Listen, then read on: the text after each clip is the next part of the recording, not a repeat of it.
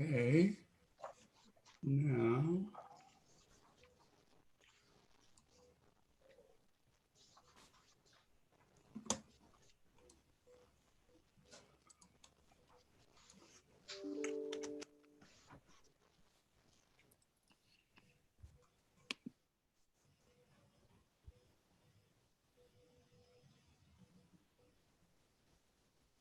Perfect. All right.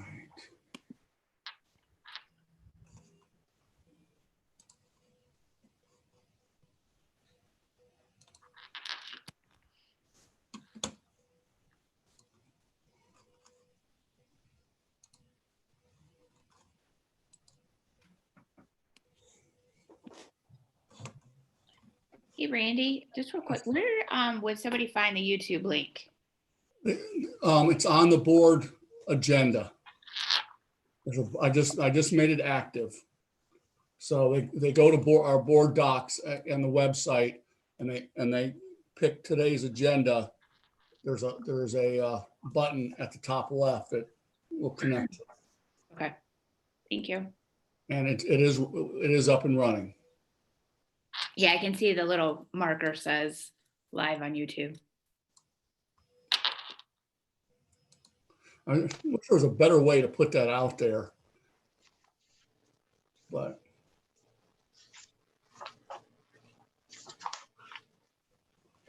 well, there's Paul and Benny. Oh, you're both on.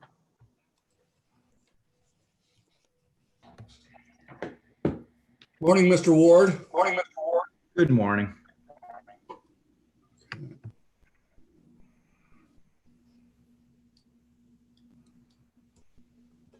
Okay. Hey, everyone. Morning. Is my audio working? Yes, sir. Okay, very good. All right.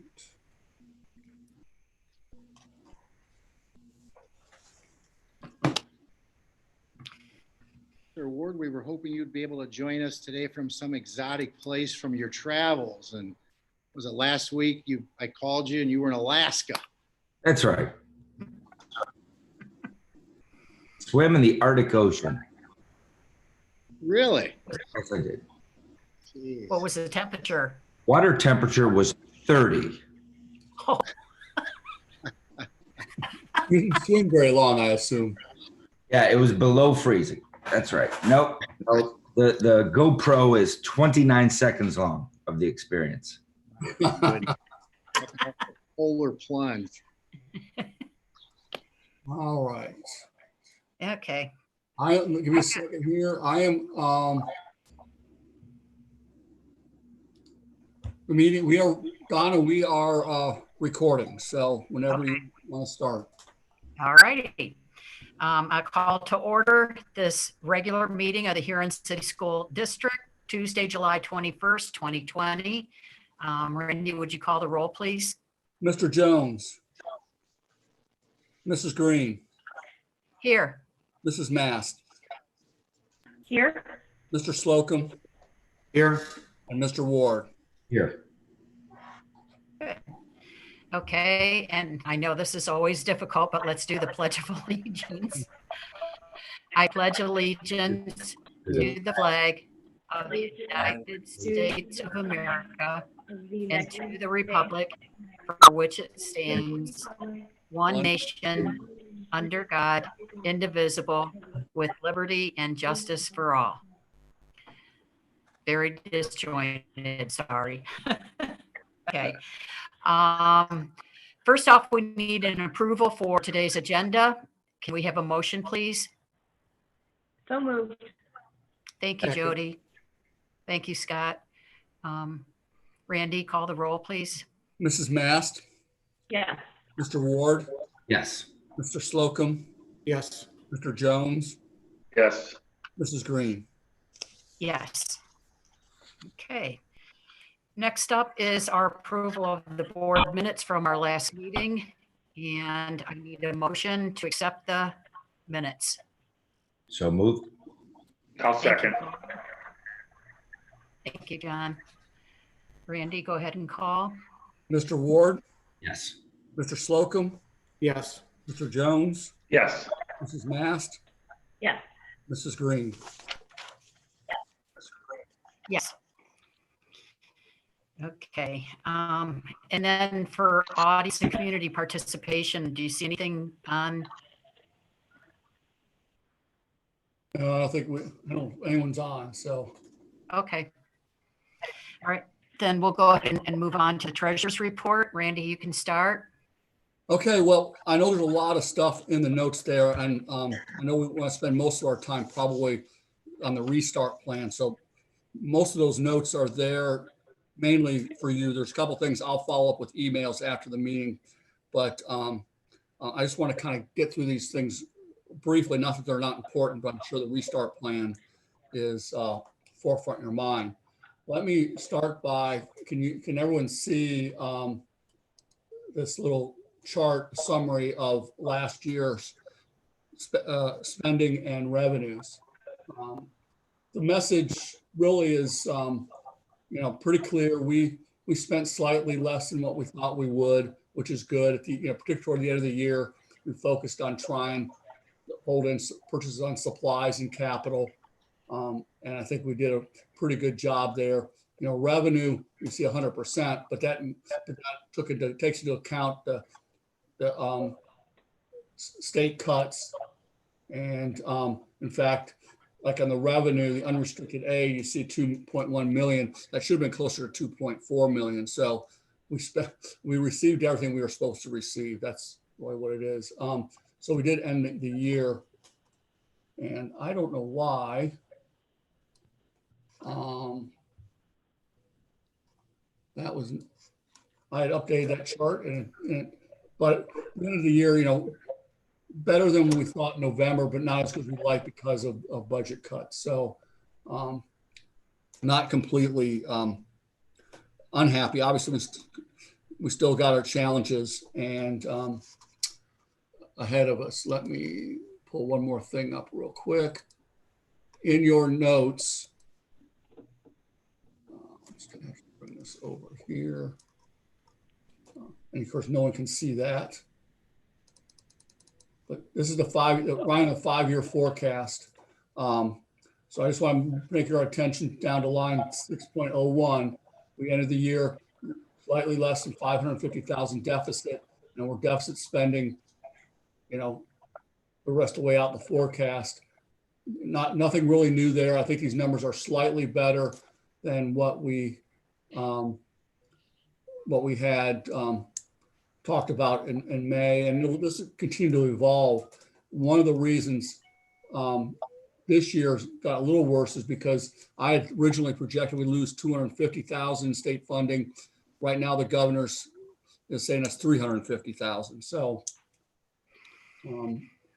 state funding is really the variable there that is up and down. But if we can get, a couple things like food service and some cost controls, and then obviously, as soon as we can get the restart out of the way so we can focus on other things, then we'll have to start talking about May's levy. For the month of June, we're a little less than $9,500. That was all towards our scholarship funds.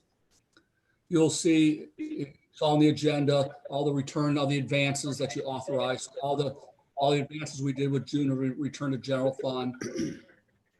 You'll see, I'll be asking you to accept allocations for our grant funding. Our overall grant funding is down slightly. I think Title I was down like $35,000. The Huron Library tax budget, that's just a routine matter. We're the fiscal agent for tax collection for the library, so we have to approve that. You saw my emails to the staff on the early retirement program.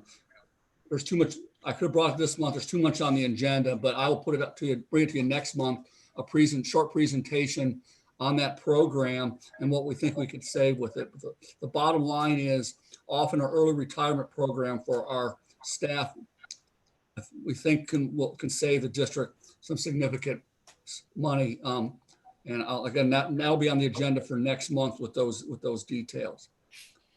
And I'm a little bit slow to share it because as soon as I share it, it becomes a public knowledge. I want you to see it before or at the same time as staff. That way, just kind of like trying to be as transparent as possible, but without putting out false or misleading information.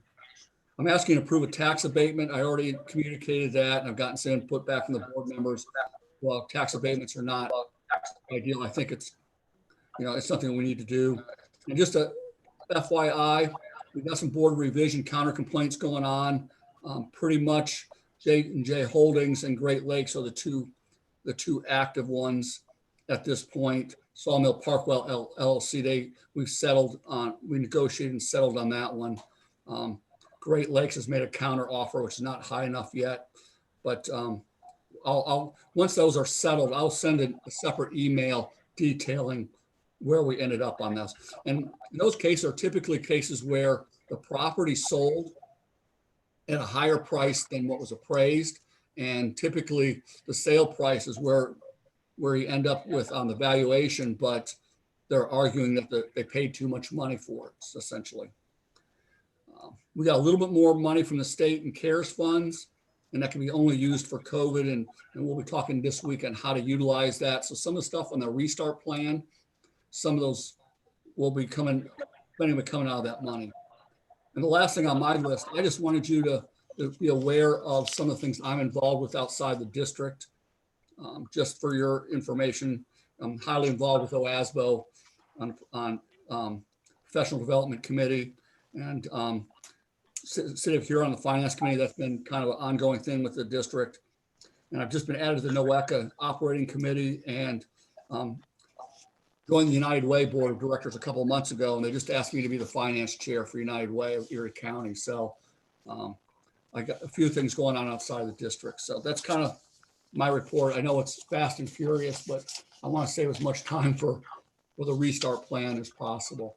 Any questions on any of those items? Randy, Yes, sir. I do have a question back to it's really your financial statement, or I can't tell the heading of it, but with the line 6010, 7010, 7020. Yep. I can't in my head make out the difference between 7010 and 7020. If we're deficit spending, how does our cash balance go up?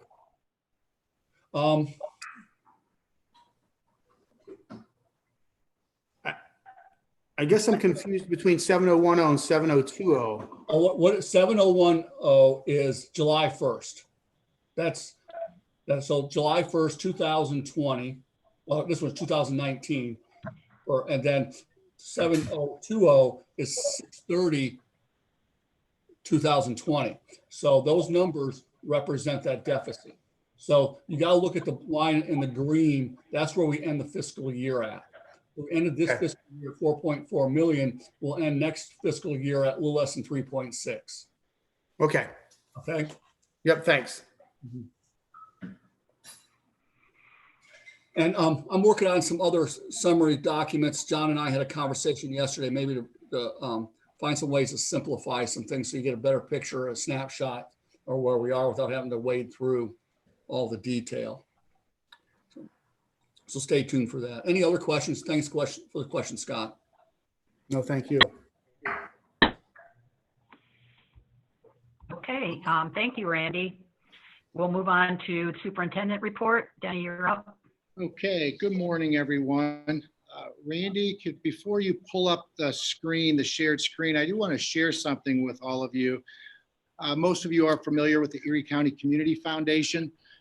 They provide an annual report, and I know it's very difficult to see, but on the cover of their annual report, we have Huron Tigers represented. We have Chad Carter, we have Denise Zilski, Julie McDonald, Brian Kuspel, and Mark Dowdy. They volunteered their time at a Second Harvest food bank. And because of their efforts, I don't know the exact reason why, but they made the cover of the annual report for the Erie County Community Foundation. So I thought that's Huron loud and proud. So I'm proud of our teammates for giving back and donating their time, especially during a time of need. So I thought the board should see that. So I'm very proud of the group. At this time, Randy or Julie, could you pull up our PowerPoint? We have approximately a 45-minute presentation that we want to share with all of you regarding the restart planning and where we are and how we came to this point today. Before we begin, Julie, if you could go to the next slide, please. Julie's in control of the PowerPoint, so frequently I will ask her, next slide, please. You know what, Danny, I'm only seeing about a fourth of that screen. Okay. There, that's better. Nope, Better? nope.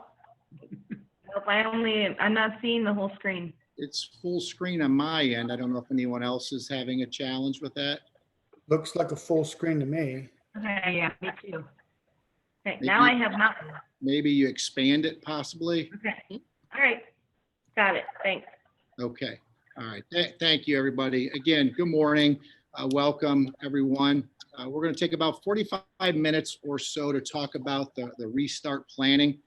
As you all are aware, based on my board updates, we began this discussion in late April. I began updating you April 24th. So this has been what I mentioned this morning to our team, a labor of love. I can say with confidence that there's really not an hour in the day, the working day or personal time that the discussion amongst our group has not been regarding a restart. I know several of our members, I frustrate them on a Saturday morning or late at night with a text message or an email.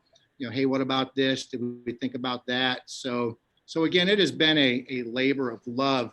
And as you notice in the restart plan that I shared with you, I want to acknowledge we've had over 60 faculty and staff and volunteers, teachers, support staff, administrators. We had a board member involved, and all have dedicated many, many hours developing what we think is a very reasonable and a very responsible restart plan. And what I will share is there are many more hours to go. This is far from over. I think that goes without saying how fluid this situation is.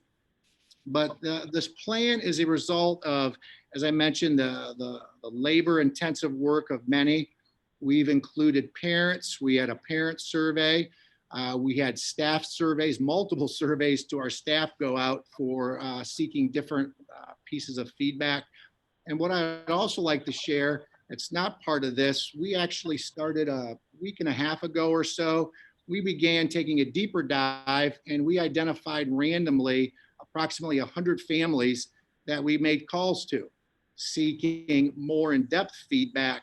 So we have reached out, while that's not a huge population sample size, we've done the paper survey, we've done the phone call survey, the conversations, and you cannot discount the formal and the informal conversations that we have with families. I had the opportunity this weekend to spend the weekend at a baseball tournament with about 12 of our families, and fortunately or unfortunately, we talked about school quite a bit. And I heard a lot of opinions, a lot of feedback. And the number one thing that I heard from folks is they just want to know what's going on. Tell us what's happening so we can make plans. So with that said, we've also now created what I call building level task force teams. So what they're doing is taking this plan that I shared with you last week, and now they're outlining how this looks in individual buildings, and they're meeting frequently. So that is taking place as well. I also have to recognize the continued collaboration that we've had with area and regional superintendents. Just yesterday, we met for 2 hours, almost 2 hours in our boardroom.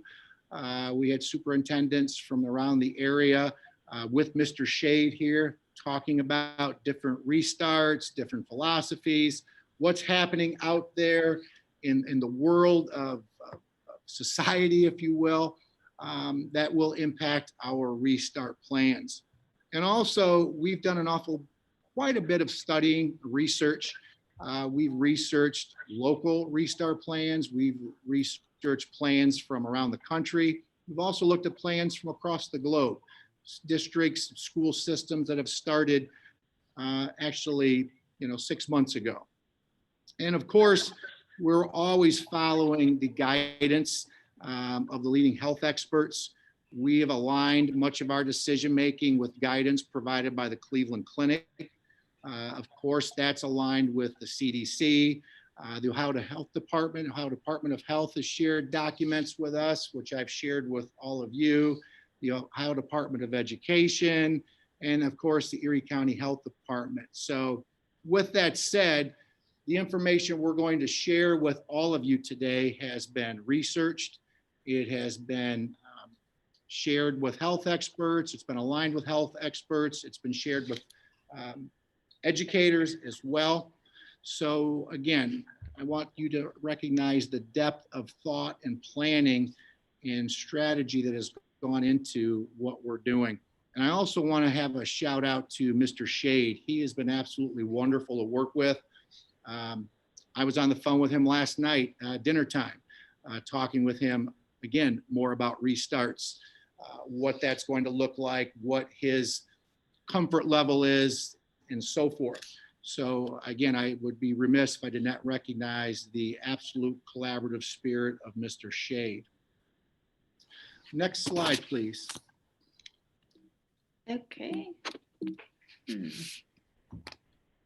Sorry, Denny, it's not moving. Hold on just a sec. Okay. I don't know why we're not moving. I'll get started with what's Right. on the next slide.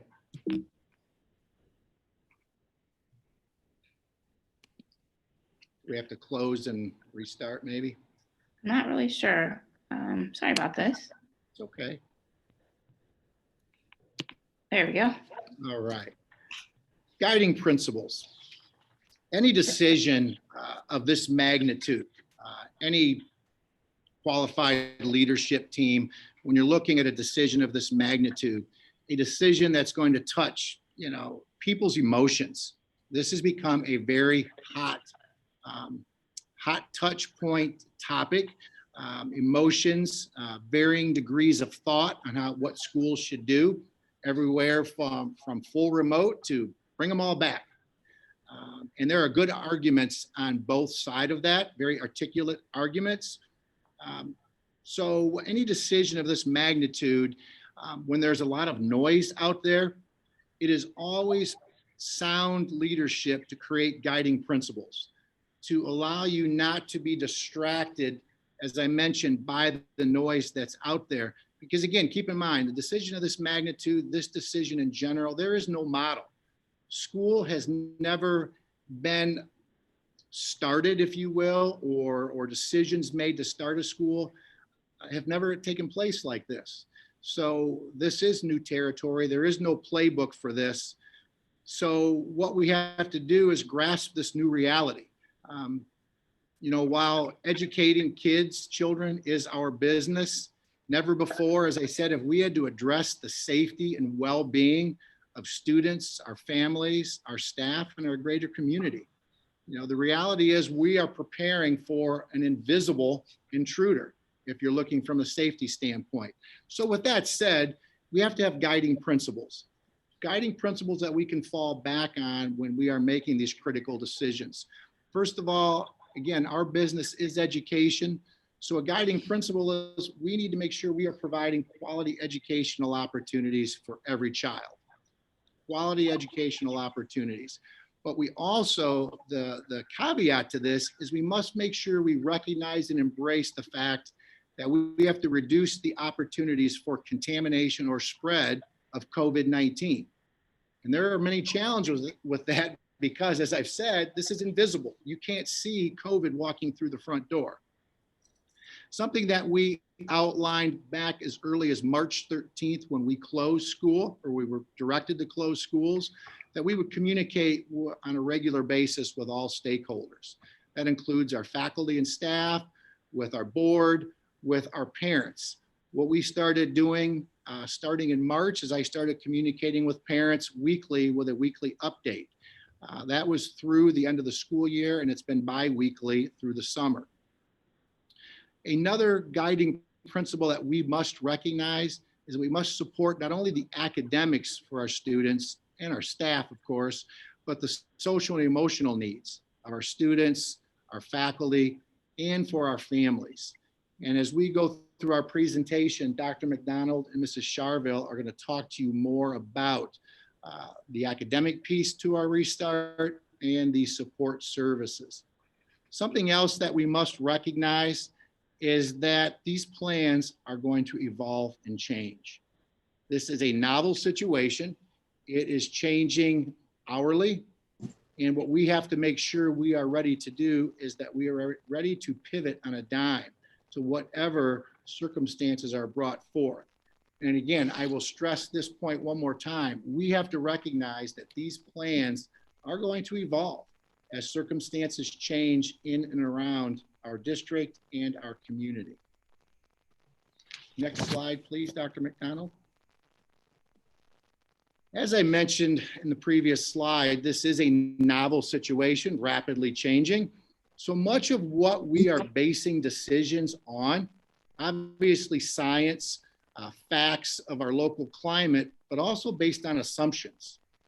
We have to look at possible assumptions as this situation evolves, science changes, changes in medical, technology, et cetera. So we're going to be looking at assumptions. What we're anticipating, folks, is we're anticipating there will be rolling closures throughout the year. I hope we're wrong. I hope in 6 months from now that you can point out how inaccurate I am with this statement. But as of right now, I would assume that there will be rolling closures. But rolling closures, I also want to say that there could be rolling openings as well. The possibility of us pivoting to bringing more kids back. We have to be prepared for that. So that's a general assumption. We also have to assume that decisions to close our buildings or our facilities will be made at the local and regional. And if you would have asked me 3 weeks ago, the state level, I would have said probably not. But I'm revisiting that thought just because of what's happening in and around us. So it's not out of the question that the state may step in as well. But I can assure you that we will work very closely with the Erie County Health Department as we've been doing all along. If there are, I'm sorry? Oh, okay. I thought someone had a question. So as I mentioned, we'll work very closely with the Erie County Health Department and they will provide us direction. Something else that we have to assume that there will be individuals with specific health conditions. They may need special accommodations. That may be students and that may be staff as well because of health concerns or being in a vulnerable category, a more vulnerable category. So we have to assume and we have to make sure we address those situations as they arise. Another general assumption is preventative safety protocols will have to be reinforced. And we have to recognize that sometimes these safety protocols may not be popular. They may be downright uncomfortable. And some will agree with the safety protocols. And then also there'll be those out there who feel they're unnecessary. So we'll have to play on that full continuum. And this is where we go back to those guiding principles, okay? We're not distracted by the noise. We also can expect concerns for safety and quality education. We've all talked in our personal and professional circles, informally and formally, with parents or community members who've shared their opinions and their thoughts, and we absolutely respect those. I think they're legitimate if it's regarding safety and also quality education. How can you offer quality education when we are so focused on so many other variables? That's a legit and that's an honest question, and that's an honest concern. And the final general assumption is that we can continue collaboration. We are going to continue collaborating with our local school districts and with the health experts. And again, Mr. Shade will play a huge role in that. Something I don't have listed here, and I was jotting this down this morning as I was thinking about this presentation, it should be here as a general assumption. We need to assume going into this that our decisions that we make throughout this process, most likely, probably guaranteed, will not meet the needs or the beliefs of everyone. It's just not going to happen. And we will be tugged at from all directions. And that's why, again, I ask our team to revisit those guiding principles to ensure that we're not distracted with the work at hand. Next slide, please. So our restart plan embraces what most leading health experts call a multi-layered plan of protection. Experts from the Cleveland Clinic, university hospitals, the Ohio Department of Health, the CDC, the Surgeon General, if you read their documentation, they embrace or they acknowledge a layered, multi-layered form of protection. While each layer has a role, okay, you have to factor in that probably every layer will not be followed through with fidelity 100% of the time, every time, because we're dealing with human actions, correct? So the multi-layered approach is very important. So every layer will fill a gap or the hole of the previous layer. So the layers that we are embracing start with a systems assessment. That symptoms assessment will be conducted by we're asking every parent before they send their child to school to do a symptoms assessment, which we'll share with all of our parents the key protocols, the key things that they're looking for. So we're asking parents to do the symptoms assessment before they send their child to school. When they send their child to school, they are verifying that their child is symptom-free. Our faculty and staff, we are asking our faculty and staff to report to the main office of their building or their department. Every day they report for work. They will sign in. They will check a box that they are symptom-free. We're not asking what symptoms they have. If they check the box, they're verifying they're symptom-free. On top of that, we will have our faculty and staff take their temperature each morning when they arrive. They will check a second box that their temperature is below 100.4.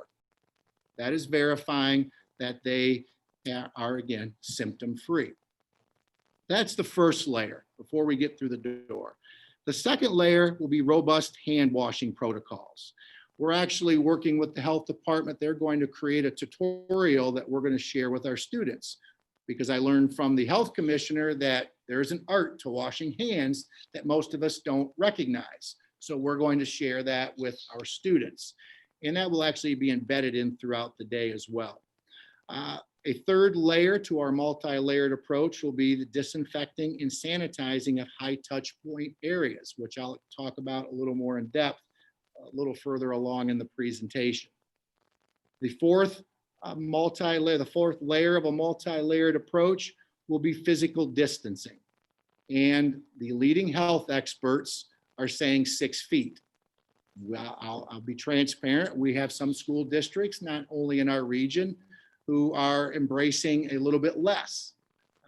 We feel that that is extremely important, because where you back off on one layer, you have to take another layer to a higher level. And well, with physical distancing and face coverings, there's a give and take there. We feel the reasonable and responsible way to restart is to embrace the 6 feet physical distancing, as the health experts, a majority, are embracing, again, for a majority of the time. And of course, face coverings, which is a hot button item that has become politicized out there. We are going to, which I'll explain a bit more, we are going to embrace face coverings when inside of that 6 feet bubble. So we feel with a multi-layered approach, that gives us a very good strategy to address the safety and well-being of not only our students, but our faculty and staff, and to the greater community as well. Next slide, please. So with all of that said, how are we moving forward? As of today, again, because I don't know what tomorrow will bring, right now we are embracing a rolling start, or a start that is a reduced capacity call it a hybrid, if you will. That is the approach that we are doing, again, based on all of the work, the countless hours, the research, the collaboration. This is what we are going to start with. Restart, which Dr. McDonough will talk more about as well, but it will be an A-B schedule. We're looking at about 50% of our students, plus or minus a bit, on campus a day, Tuesday through Thursday, half each, Tuesday and a Thursday and a Wednesday, Friday. Monday is for students with specific needs. Our restart will include the 5 layers, the 5 multi-layered layers of protection as outlined in the previous slide.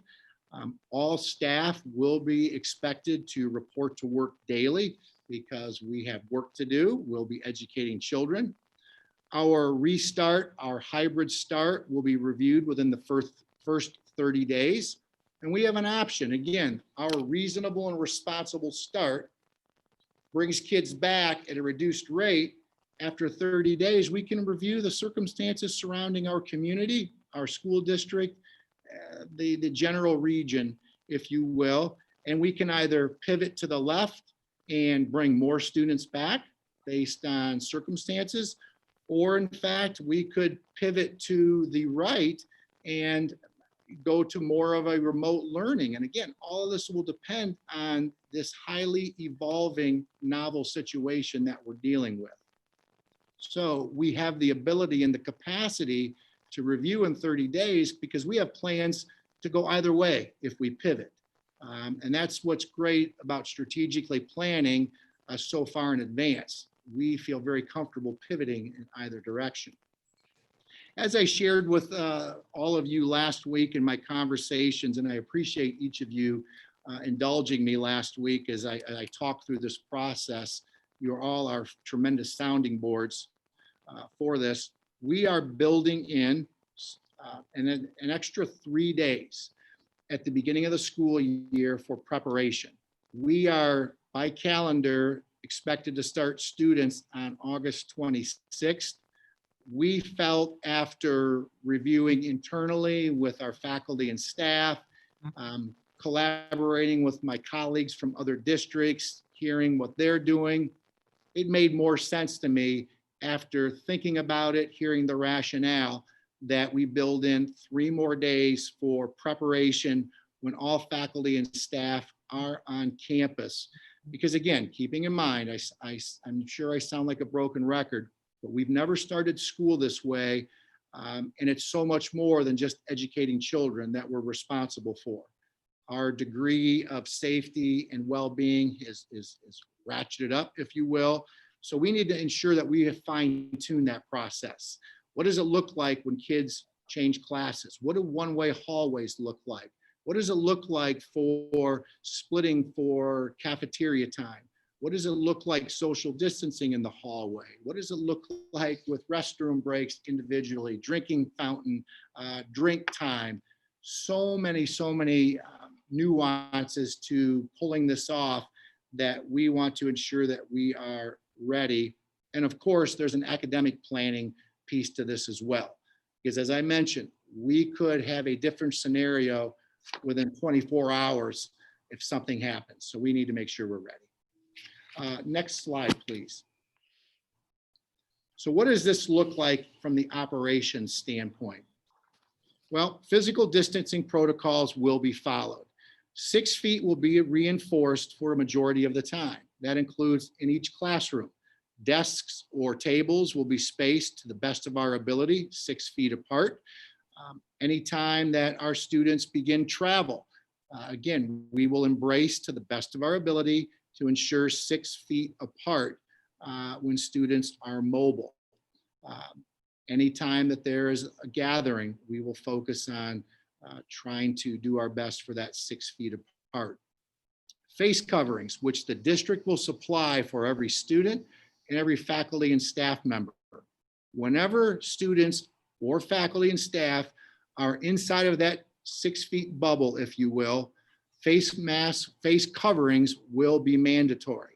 The great thing about the way we're starting, embracing the 6 feet bubble, if you will, we have support from the local health commissioner. When we are outside of that 6 feet, 6 feet or outside, students and staff may pull their masks down. So when they're in the classroom instructing, doing lessons, face coverings may be removed. You go inside that bubble, the game changes a bit. Student and staff schedules are going to be modified. Obviously, as I mentioned, with the 50% or reduced capacity start, that's a no-brainer, but also things such as restroom breaks, water breaks, hand washing breaks.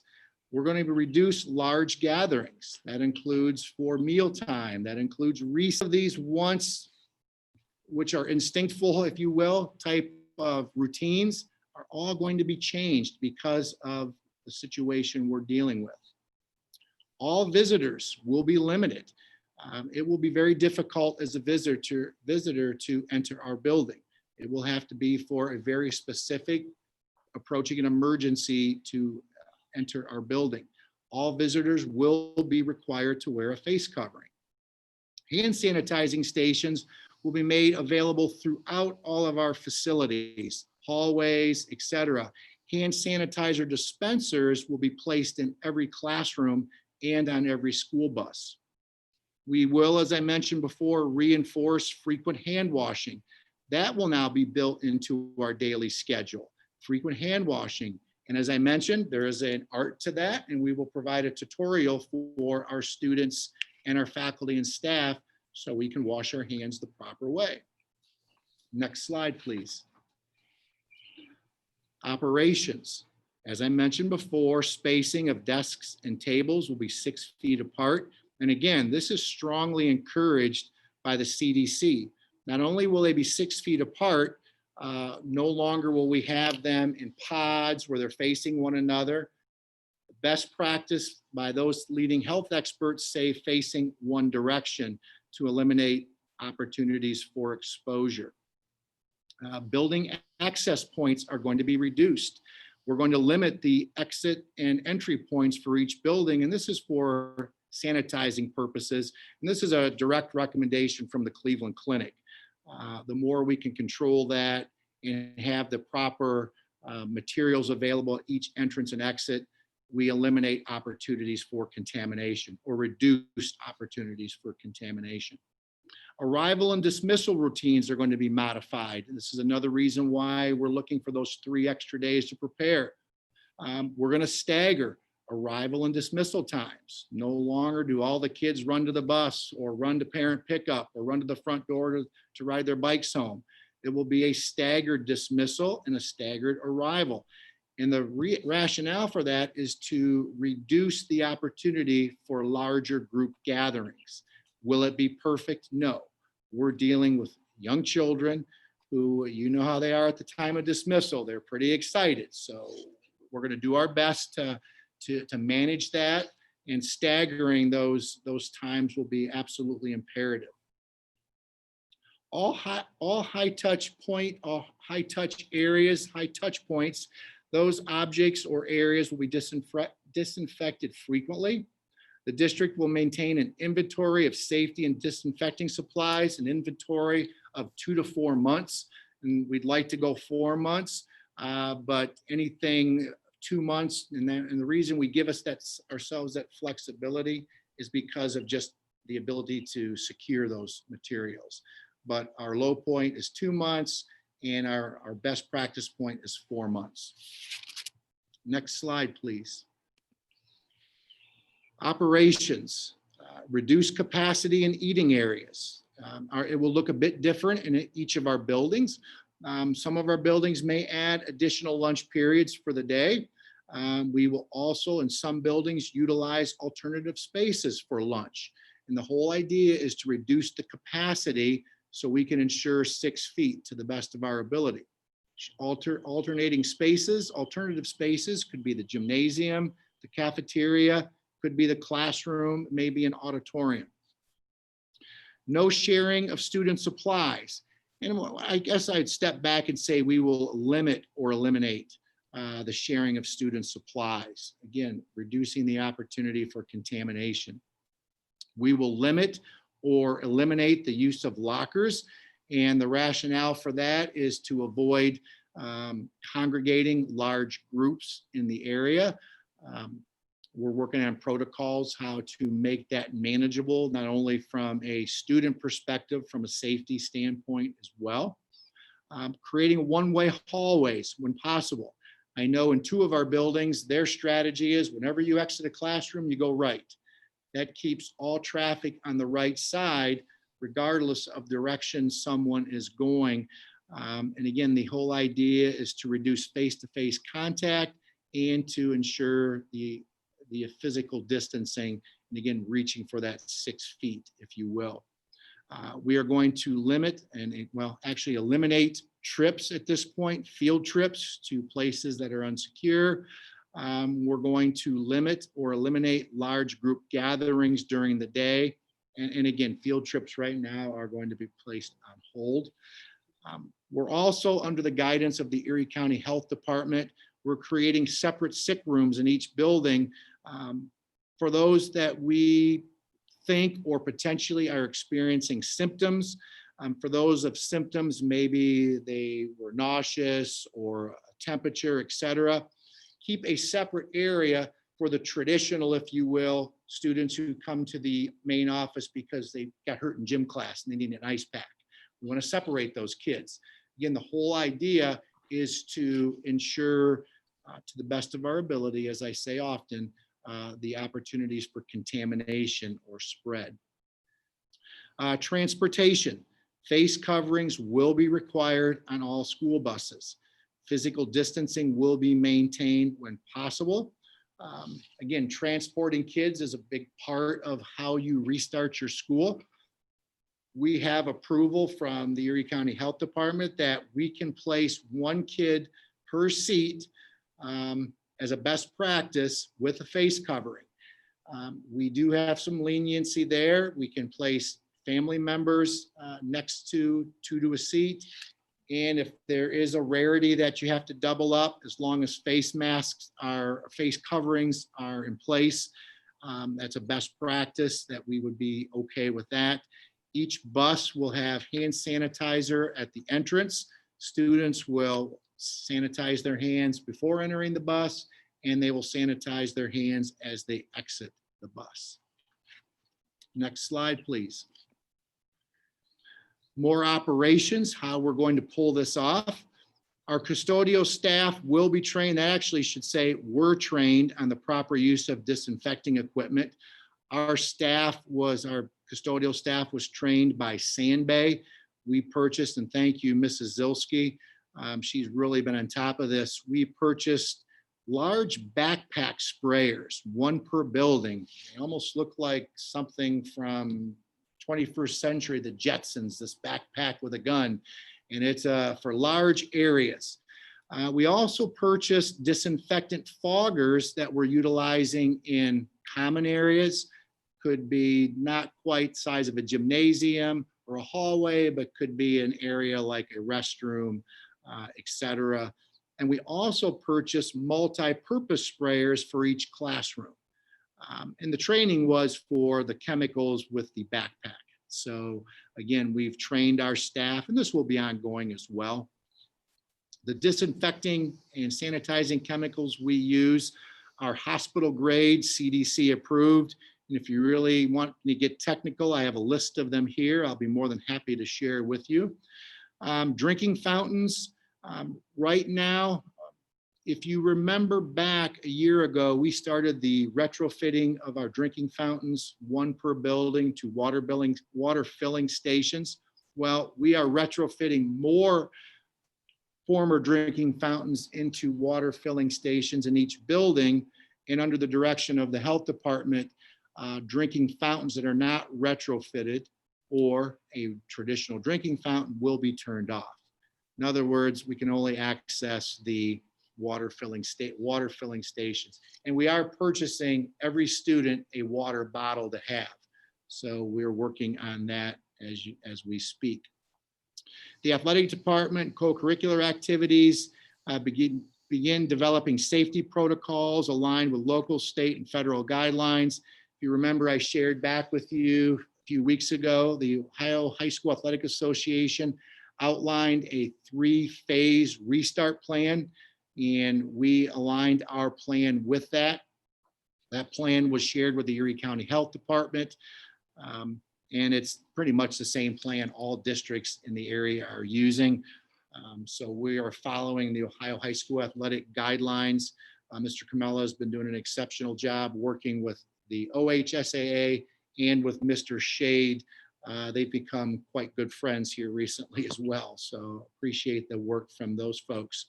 And of course, temporary closures, those are always going to be, I think it needs to be an assumption, as I mentioned earlier.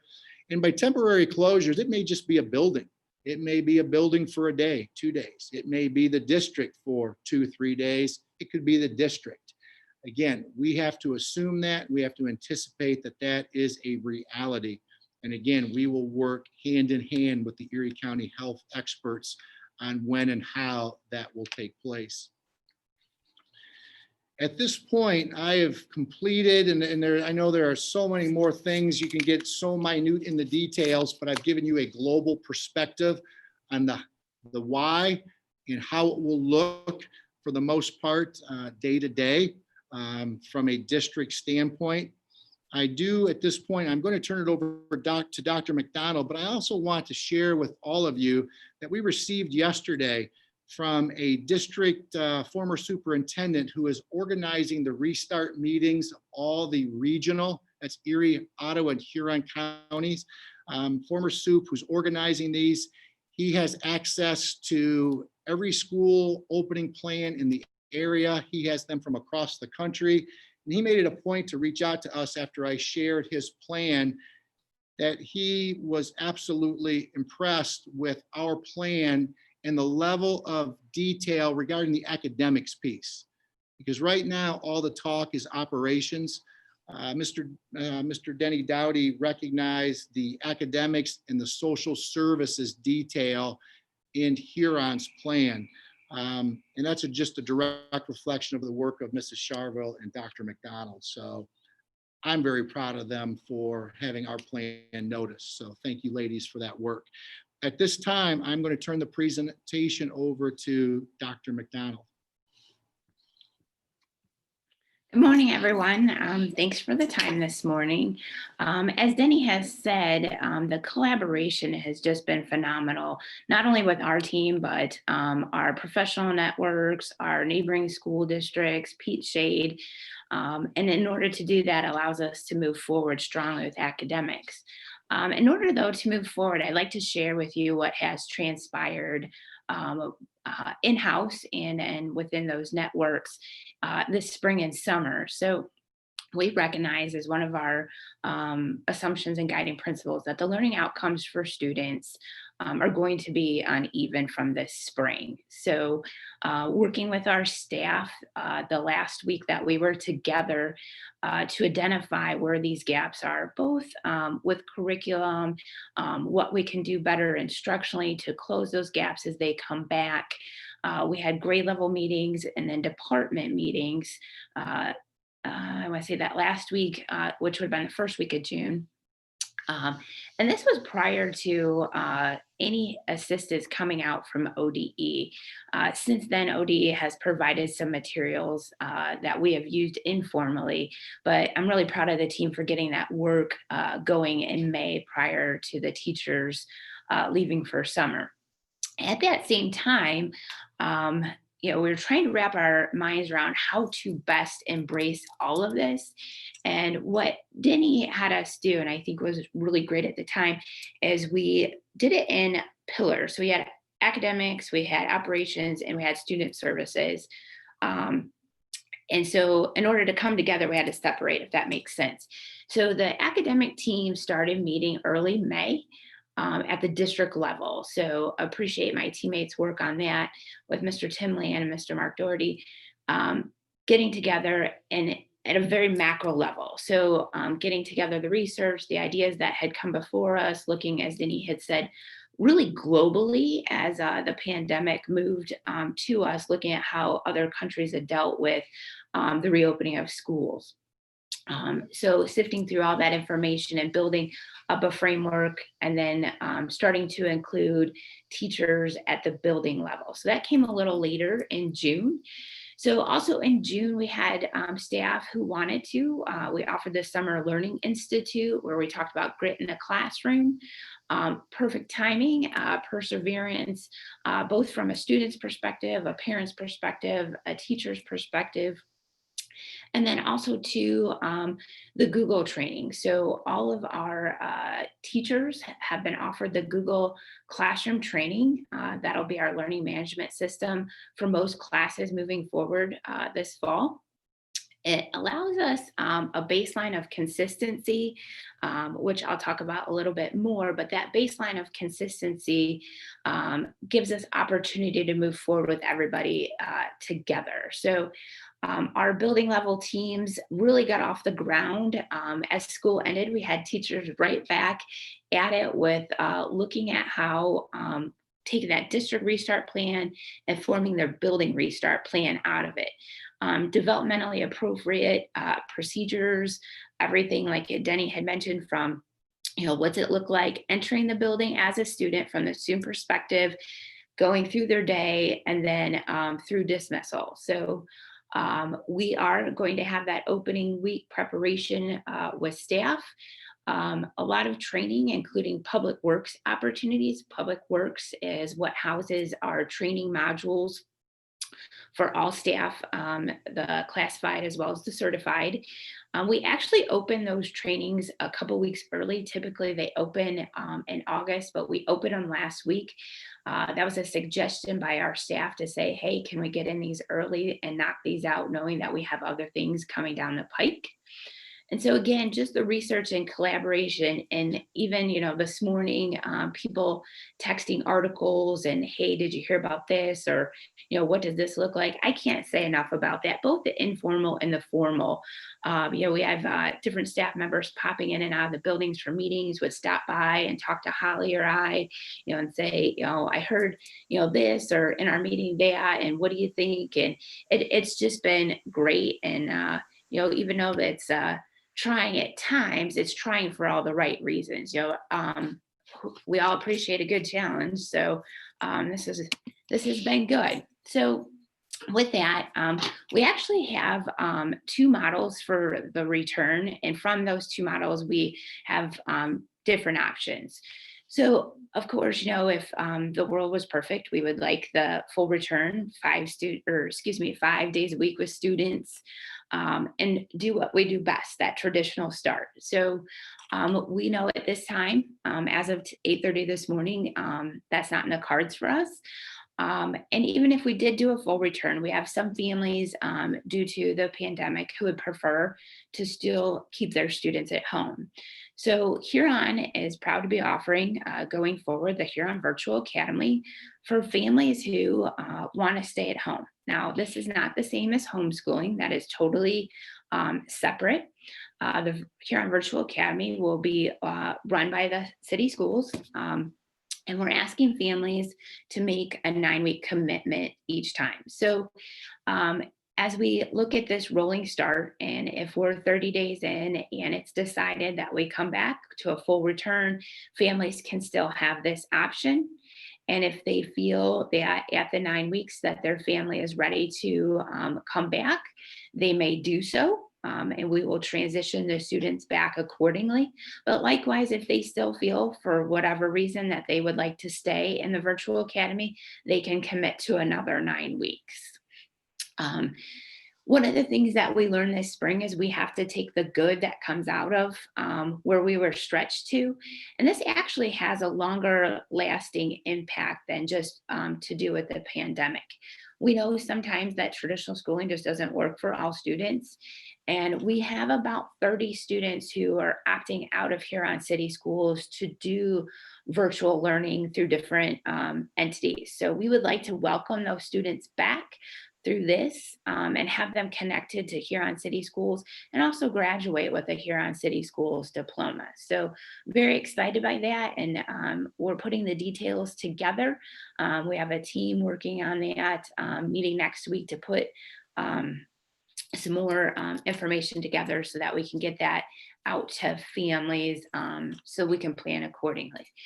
And as Denny mentioned, we are excited to return in the reduced capacity format.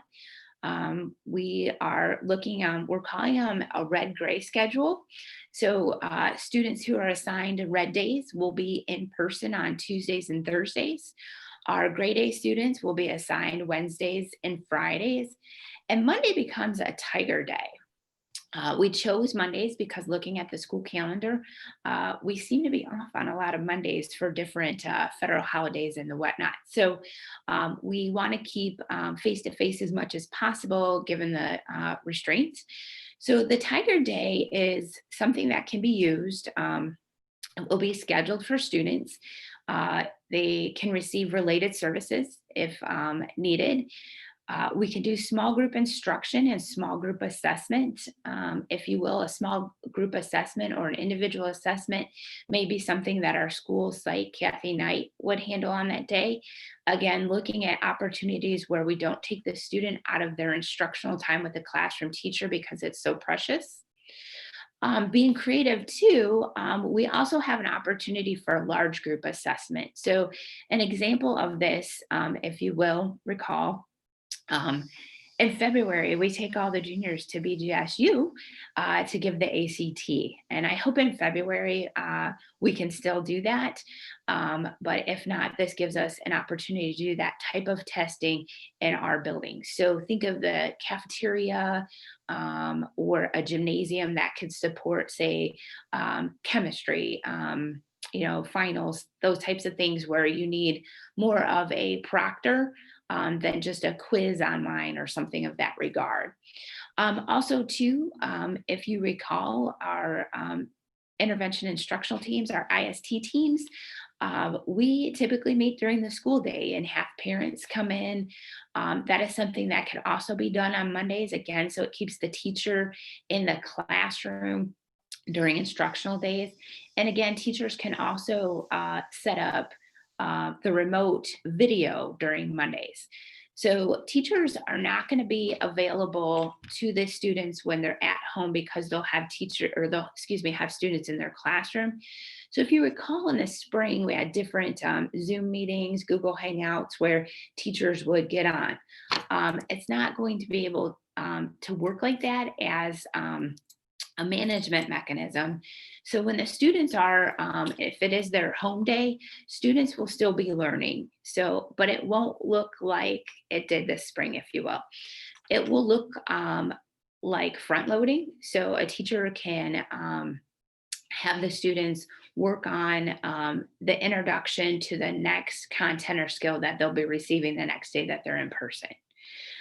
It could look like what's known as a flipped situation where students will listen to what typically would have been a lecture day or a direct instruction day. So what a teacher may do is pre-record and post an 8 to 10 minute introduction. It could also be that, I should back up a second. It will not look the same at home as a traditional classroom. So online learning is not sitting at a computer for the same amount of time that a student would be in a classroom. That's not appropriate. So at home days could also be used for project days. We will get creative too. I noticed a lot in the spring. I had the opportunity to listen to what was happening in Shawnee when I would be over there, and the teachers coming in and doing different things that can be recorded and posted. What we don't want is a student who's at home sitting on the computer for 6 to 8 hours. So, again, lessons learned. We got great information back from the parent survey. We very much appreciated that feedback because it has made us better in our instructional delivery. The last model here is full remote. And this would be for the students who are in that face-to-face model. There may come a time, we hope not, that we will have to go full remote. And if you will, full remote and the virtual are two different models. If a student is virtual, they will remain virtual. They will not opt into the full remote model. They'll keep doing their curriculum at their pace and on their schedule. The full remote kids, again, will be using the learning management system, the Google Classroom. We do have a few classes at Huron High School that uses Schoology. And then, of course, our college credit plus courses are tied to universities, and they typically use the Canvas platform. Teachers can still use the Google for supplementary assignments and things like that, but trying to streamline all of that information and where that goes for families is what we're looking to do there. So the other thing that is a high priority for us is to continue our work with the social emotional learning. So we know there are struggles with what has occurred this spring and this summer on many levels, resourcing, family dynamics, the like. You know, it was fantastic that Denise's crew could feed families through June, greatly appreciated that. But we know that there's work to be done with here in the social emotional learning. So we'll continue to use that CASTLE framework that we started last year. We also know that families are going to need devices. So we have been working with our tech department, and with the generous support of our donor this past spring, we will have devices accessible to every student. That is up to the student's family whether or not they want to take them. They will be assigned a computer. This also helps with cleaning of the devices. You know, if a student is assigned a computer, that's their computer. It comes and goes with them. They're responsible for it. The families are responsible for it. But the learning can continue at home. Where we were at last fall is that we were very, our curriculum, especially in the elementary, language arts and math, is tied to the computer. So we knew in this model, if the students are in halftime, that same computer can't be in two places at once. So a big shout out to Lio and everybody that is making this possible. We had some teacher feedback and how this will work and the checkout system with families. But moving forward, you know, if students still want to bring their own device, we still have that policy in play and they are welcome to do so. But we just felt it was necessary to provide that access. And also to working with Buckeye Cable. It's still in their plan as of a month ago to still offer zero to low cost connections, school connections to families if they're at a serviceable address. So we'll still be able to do that and work with them to provide that service. A little bit different from spring, if you recall, attendance was, shall we say, the state didn't really have any guidance and said best wishes to districts. Well, in legislation since, that has been cleaned up with House Bill 164, and blended and remote learning plans both have to have an attendance component to them. So we're putting the finer details on what that looks like, but it will include students' time online and completing assignments. If students do not do that, then we are held to House Bill 410, if you recall that legislation that was enacted a number of years ago. We will start those proceedings. And that starts with attendance intervention teams. And those teams come together with the families to troubleshoot why attendance is not occurring. And that's both physical and online. It's no different for physical. It's been around for about 5 years with physical attendance. So we want to make sure students are doing that best, that we're meeting their social emotional needs, that there are as few barriers to their success as possible with this academic model. And so, you know, I kept checking in with the principals this spring, how many students, you know, are not completing work, and jumped in a few staff meetings. And, you know, the number one priority was teachers is, you know, I got to get through to so-and-so. I'm worried about this student. Can we do a physical checkup? Our building principals did go out. Officer Labsinger did go out. And first we started with wellness checks. You know, is everything okay with you physically, and then let's have a conversation about your academics. So very, very important there that we'll be keeping up with attendance this school year. So as I mentioned, we've been doing a few parent surveys. We did one towards the end of the school year, and then we did one, I guess it'd be a week ago, Friday the 10th, maybe almost 2 weeks now. Just taking a quick gauge, it wasn't a long survey about parents' feelings, families' feelings on a physical return and an online return. So at that time, you can see from those results, and as Denny's mentioned, we also did some cold calling this week, Friday and Monday of this week, just to take another gauge. We had about 211 families respond, which equated to 276 students. So as you can see, the results mirrored the results from the May survey, about 30%. That want an online option or unsure. And I accounted the unsure by they marked both options. So, just 6 weeks out, 5 weeks out now, I guess, there is some uncertainty and, people feeling, a lot of this is feeling about, a return to school. So, with that, I would like to turn things over to Holly Charville to look at supports and services, our student supports and services. All right, thank you very much, Dr. McDonald.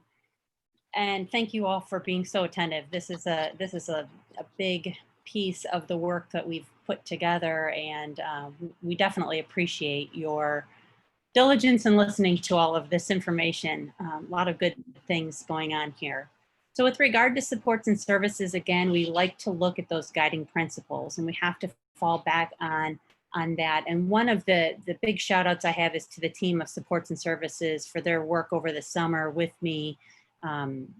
We tried to embrace all of the survey information and feedback we received from our families and our students, and look at some of the supports and services that we can have to offer for our staff, our students, and our families.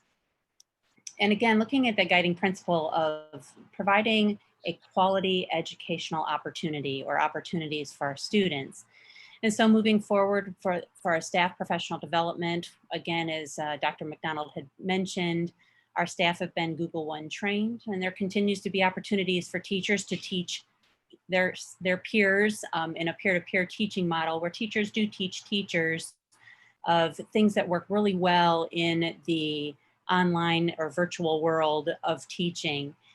We also have teachers that have designated learning management systems, primarily, again, as indicated, the Google Classroom, with a few of those outliers of Schoology or Canva, Blackboard in the collegiate level for some of our students. And those will all be designated by those teachers and shared with their students and families. And those are updated as well. They'll be updated daily and or weekly and linked to Progress Book as well. We continue to look at training in SEL or social emotional learning for our staff. They started using that at the end of last school year and incorporated those into the classroom routines. So those will be picked up and breathe some life back into those again. And those techniques that they're using are also going to be shared out with the home so that those two can be supported in the home setting. Our family supports that we'd like to offer are primarily that glossary of verbiage that we use online, virtual, what's an LMS, what is SEL, and those letters that we use to describe things that are commonplace to us. We'll have a glossary of those terms for our families so that they can have a quick reference tool to understand the common language.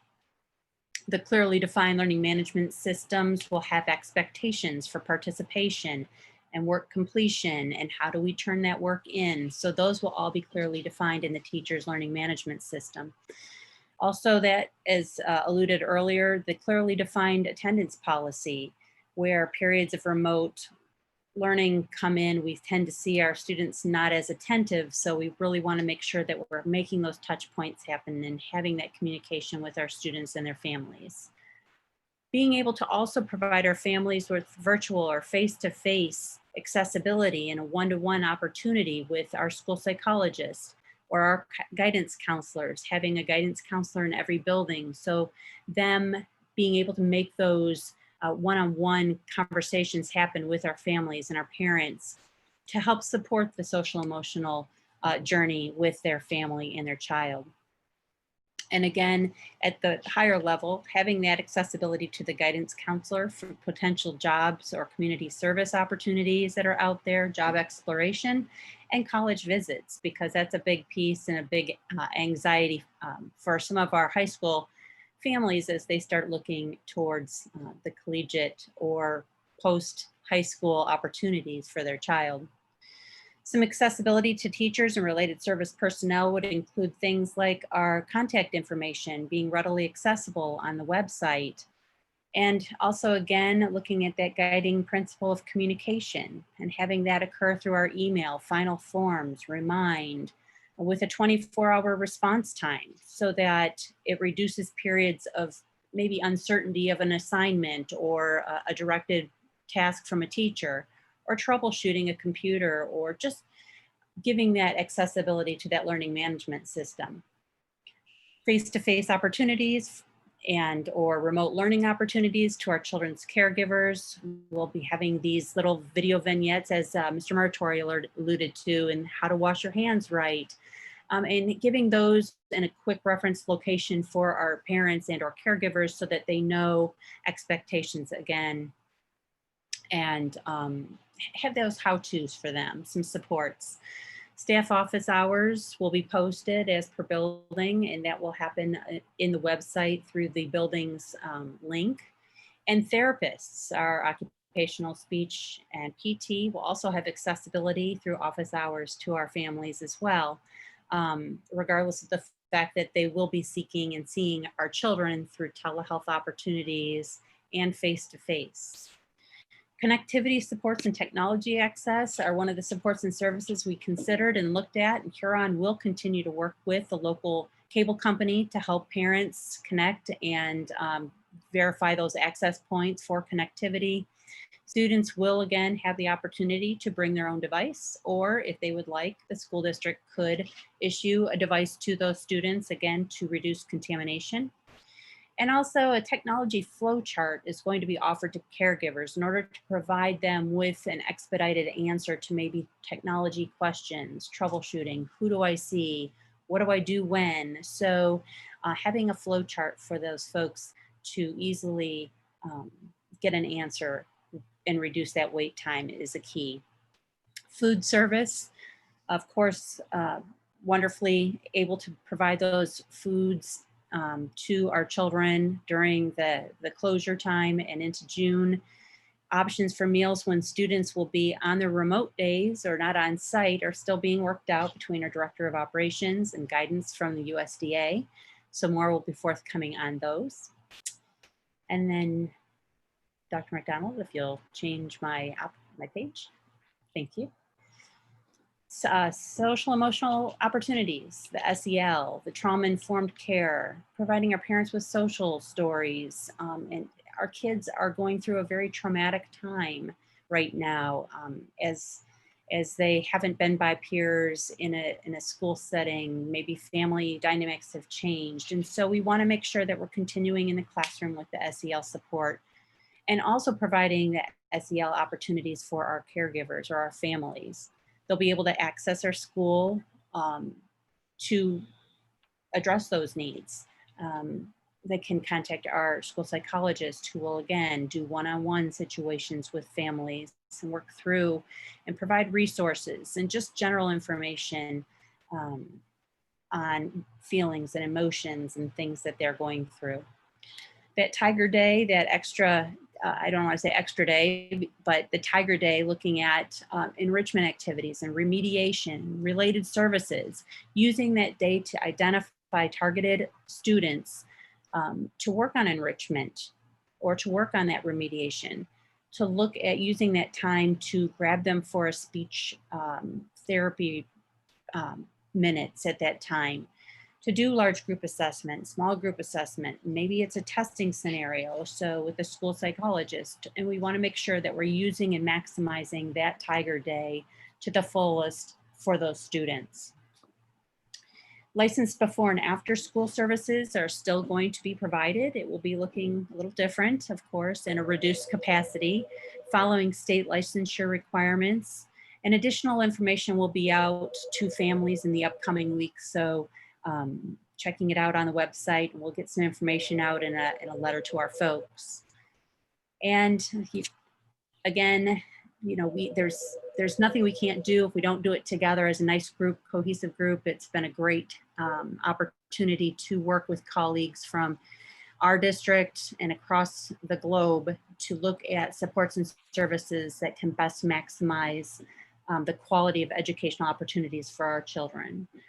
So at this time, I will turn the presentation back over to you, Mr. Muratori. Thank you, Mrs. Sharville. Dr. McDonald, next slide, please. So moving forward, our communication plan is as followed. As I mentioned to you earlier in my presentation, informal survey here, but spending an awful lot of time with families over the weekend. The number one question I was asked was, when are you going to tell us? So the communication plan is vital with that. So moving forward, this afternoon, today at 11 o'clock, I am going to conduct a virtual faculty and staff forum. That's voluntary for all faculty and staff. This afternoon, my plan is to attend a media event with the Sandusky Register. I have not received any text that has changed, so that is the plan moving forward. Tomorrow morning, 10 a.m., I will provide a virtual community forum sharing this information, and we'll repeat that forum tomorrow evening at 6 p.m. for those who are not able to attend the 10 a.m. Now, as far as individual releases, starting Monday, July 27th, each building and the transportation department are going to each release a 3-minute video outlining some specifics, as much specifics as you can get into jam into a 3-minute tutorial. But again, as an introduction for our families of what this will look like. And again, starting Monday, that is McCormick, and it will go all the way through Friday, of the 31st, which will be transportation. We will continue communicating with our families via final forms, emails. We have that wonderful ability now to reach every parent via email. We'll continue placing information on our district website. And of course, that thing called social media, we'll continue accessing that beast as well. Next slide, Dr. McDonald. I want to leave you with a couple of thoughts here as we move forward. Please keep in mind that plans are at this moment. I cannot stress enough that this is obviously, without saying, a novel situation, and things are developing at an absolute rapid pace. We'll continue to reevaluate based on the current conditions, data surrounding the status of the pandemic, and of course, recommendations from our public health authorities as aligned to the scientific community. A message for our students, Dr. McDonald, if you will. The next slide, please. Oh, before the next slide, I do want to recognize, as I mentioned at the very beginning, the 60+ members who've participated in this rigorous process. I hope, regardless of your thoughts moving forward, that you accept and respect the hard work of those who have dedicated their time to doing the right thing. Whatever that is, that we'll leave that for interpretation, but being reasonable and responsible. So again, I want to shout out to every one of those folks who gave their time. And then the next slide, Dr. McDonald, is the message we have for all of our students. We'll be waiting for you. And with that said, we can end the presentation. and we will do our darndest to answer any questions that you may have. Mrs. Green, I will turn, well, Mrs. Green, yes, we'll turn it back to you. Okay, just had to unmute there. I'm just overwhelmed with this presentation and the thought and dedication that all of our staff made to develop, you know, this unusual and trying, I guess, process to keep our kids educated, but also safe. So at this point, if other board members have some questions, I'd love for you to just weigh in and, you know, talk to Denny, Julie, or Holly about any concerns or questions that you have.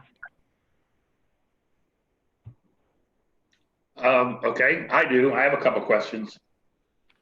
First one's about sports. We didn't mention it, but how are we and why would we travel sports teams but not okay field trips? Well, we haven't said that yet because we don't know the status of that. If in fact we end up traveling sports teams, those again will follow the guidelines that are outlined by the Ohio High School Athletic Association and the local health departments. We'll follow their guidance. That has not been a recommendation at this point to not do that. The recommendation for field trips that would fall under the CDC, Cleveland Clinic guidance, and also reducing part of the Ohio Department of Health mentioned that as well. Certainly any guidance regarding sports from the Ohio High School Athletic Association, we'll make sure we follow that with fidelity. Well, I guess my point is it just seems to be the same issue. You know, to me, if you can't do field trips, you can't travel a sports team. That's just my opinion because it's all the same protocols, I would believe. I mean, that's just my opinion. The one thing I could say, John, about that is that there's a slight distinction. Totally agreed. Where students at risk on a bus is concerned, you're right.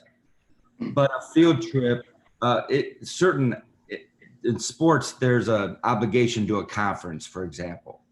So that's a slight distinction. The risk, you're right, but that would be a distinction. You can cancel a field trip with no problem.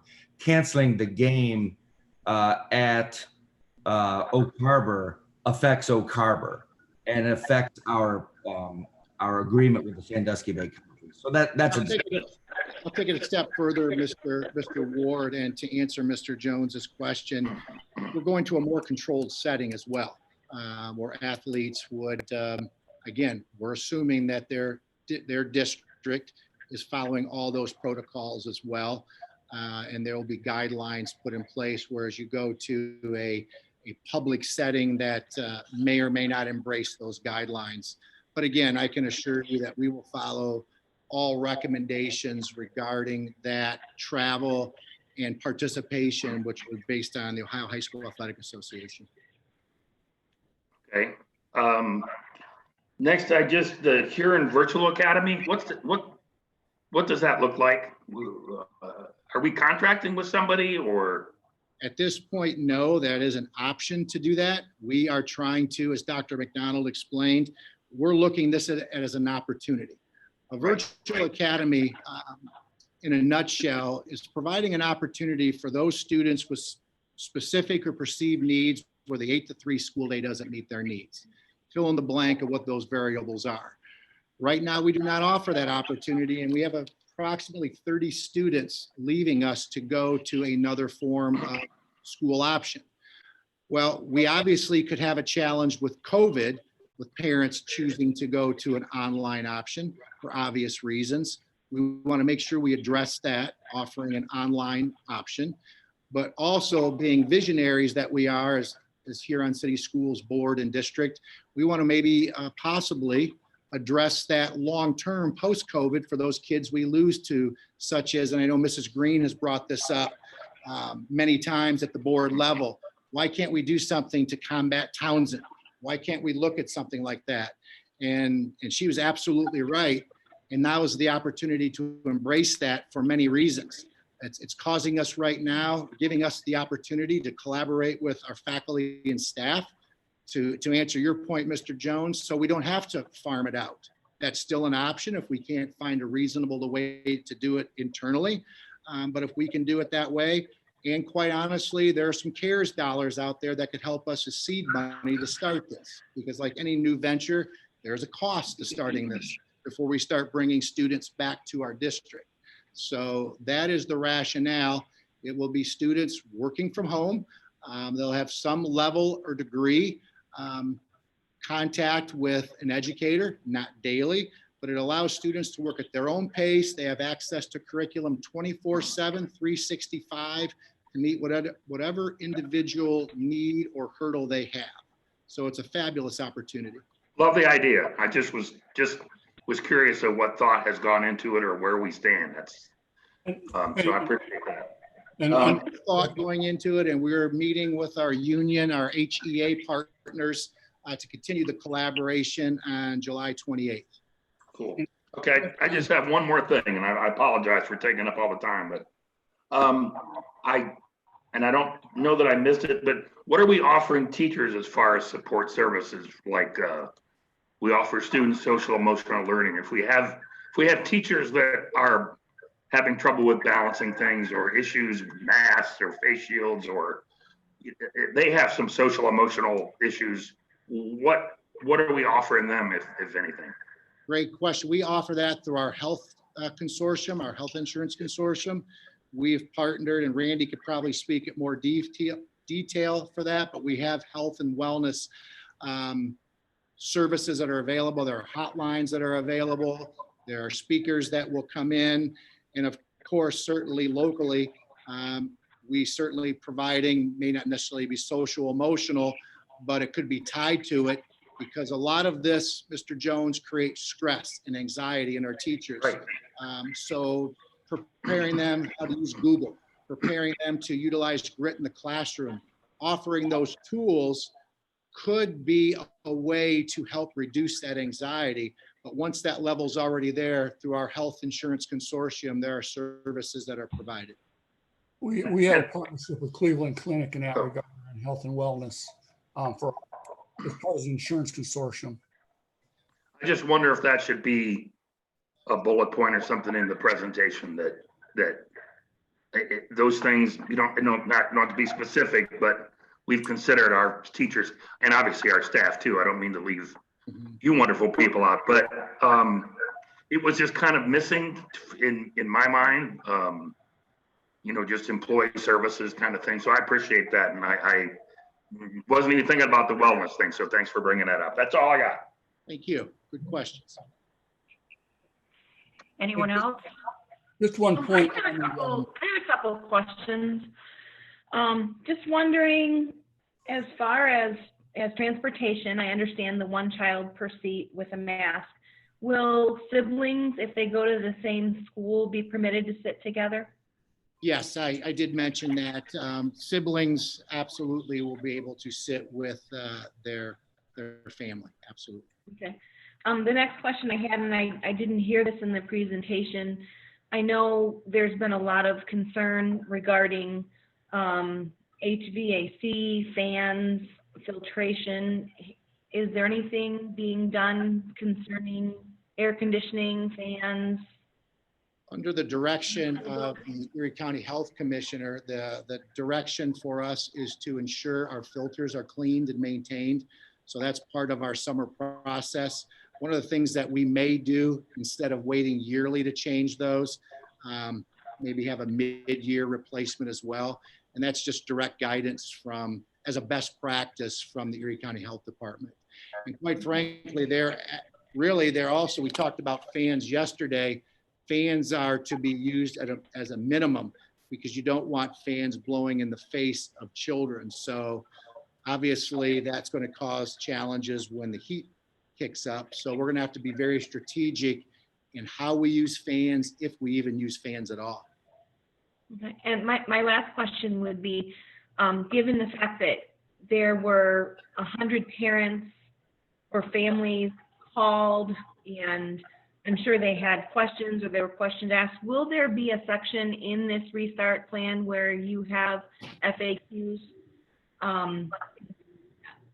Have, you know, the answer underneath them? I've seen a lot of the restart plans for different school systems, and they have, you know, the FAQs, which are really helpful because they're, you know. No, great question. What we're going to do, and to answer your question, yes, we did that, an FAQ, when we did the closure. Dr. McDonald created that. What we're doing on top of that with our community forum and our staff forum that we're going to do this afternoon, people will type in their questions. Luann's going to scribe those, and then we'll reply with written responses, and those will be posted on our website as well by the end of the week. So those who could not attend, because you're right, probably if one person has the question, 10 people have the same question. So that is our intent moving forward. So very good observation. Great, thanks. You're welcome. Mrs. Green, I have another question for you. Okay. Just as a point of order for me. Don't we need to vote on changing the date of opening the school, since we voted on a calendar some time ago and now there's a change being made, but who authorizes it? And, I mean, I'm just speaking of, you know, our policies that the final decision rests with the board. I guess that's a Denny and Randy question, but I assumed because school technically is still starting on that day, but just without kids in school, that it is still our official opening day. But what do you think? Is that something that we need to? It's a fair question. The one thing I would submit is occasionally the administrative team will determine early release, staff development days on, and that doesn't require board approval. It's a darn good question.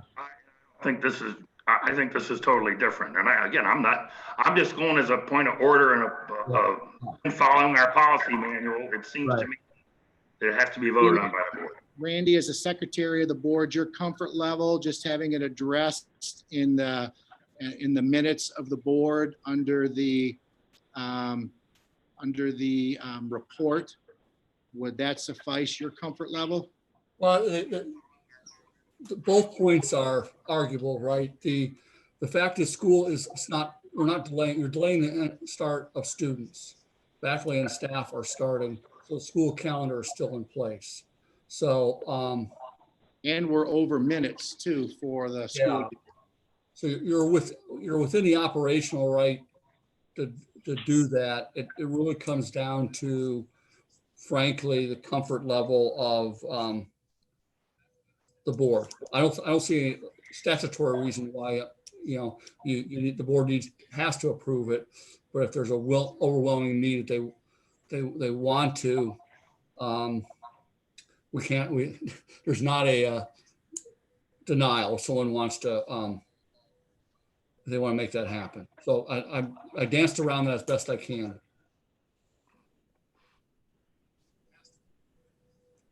Mrs. Green, what is your comfort level as the board chair? I guess I just looked at it as being flexible within, like with our hours and that we could, you know, change when our kids come in and out as long as we still met our hours. But if that's something that legally we need to do, we could still do it even at our next meeting, couldn't we? Since that'll be before, or is that not? I mean, it doesn't affect what the teachers and students are doing. It only affects our legal. It can wait to the next board meeting. What's that, Randy? It could wait to the next board meeting if you really want to take action. Okay. And we can look into that in the meantime then, John. And if that's something that we feel needs to have a motion and a second and approval. And then Yeah, no problem. Just okay. All right. Anyone else have any comments or questions regarding the restart program? Definitely have a comment, Mrs. Green, if I may. Yeah, go for it. Talking with our superintendent just about every day, last week especially, highly impressed with our administrative team. This is difficult. There is no way they're going to come through this and get a universal standing ovation from our community. And even with that, for good reason. I've also talked with families, and I'll share within 1 hour, I talked with one mother who said, if you don't go back to school every day, I'm sending my kids to another school. Within that hour, I talked to another mother who said, I can't believe you're even considering sending kids back to school. This is tough. There are a lot of valid perspectives. So to all of you, I congratulate you on your leadership. This was obviously very methodical. The other thing I'll do is echo Mr. Jones's question and concern. Not only do we have an important charge to educate the young people of our community, we're a significant employer. And we have to be mindful of that as well. But for all of you, our leadership team, I'm impressed. Thank you for your leadership. Thank you, Mr. Ward. Thank you. Thanks to Dr. McDonald and everybody and Mrs. Charville. Great work, team. Great work. I wanted to share also, I have a colleague out in Davis, California. They're a community of about 65,000 people, and that doesn't include the students that go to UC Davis. But they have been struggling with their restart plans, and I sent her a copy of our restart plan, and they are so impressed with what we have developed and lined out, and they're using that as a guidepost for their restart. So just wanted to let you know that we're not just helping people in Northern Ohio, we're helping people out in California too. So, okay. Does anybody else have a comment or a question before we move to the honor roll awards? Nope. Okay. Denny. Okay. Thank you, Mrs. Green. Exciting news. This was actually, I know Mr. Jones had reached out and mentioned one of the businesses. We submitted Mucci Farms for obvious reasons and Coca-Cola Bottling Consolidated to the OSBA for the OSBA Business Honor Roll. Well, we're pleased that Mucci Farms and Coca-Cola Consolidated Bottling are both recognized by OSBA as business honor rolls companies, and it's because of their support of local schools. So we have certificates here. We will ensure that we get these to the proper folks at each business. But again, I want to publicly go on record and thank Mucci for their very, very generous donation to support Mucci Field at Memorial Stadium. And of course, the Coca-Cola Bottling Consolidated for their support of the Huron Tiger Core Value Scholars Initiative. So two tremendous business partnerships that I'm honored to present to you today as Business Honor Roll as recognized by the OSBA. Very good friends of ours. I'm so happy for both of them. Absolutely. Okay, Randy, we're back to you. All right, just give me a second here. All right, is the agenda up and everyone see the agenda? Mhm. Okay, all right. Better at this. So my recommendation, I guess, sorry, I have a bunch of recommendations. Most of these are kind of routine business, but we need to get to the first item. A is the monthly financial statements. Again, this is one I think there's room for improvement to make this a little more understandable. We'll work on that for the future, but this is the close of the fiscal year, and I've provided those numbers already. Accepting donations for June. You can see the numbers, $9,478.33.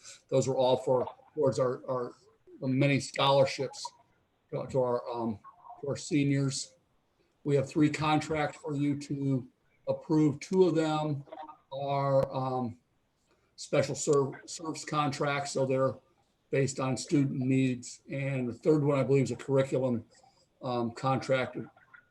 Dr. J wants a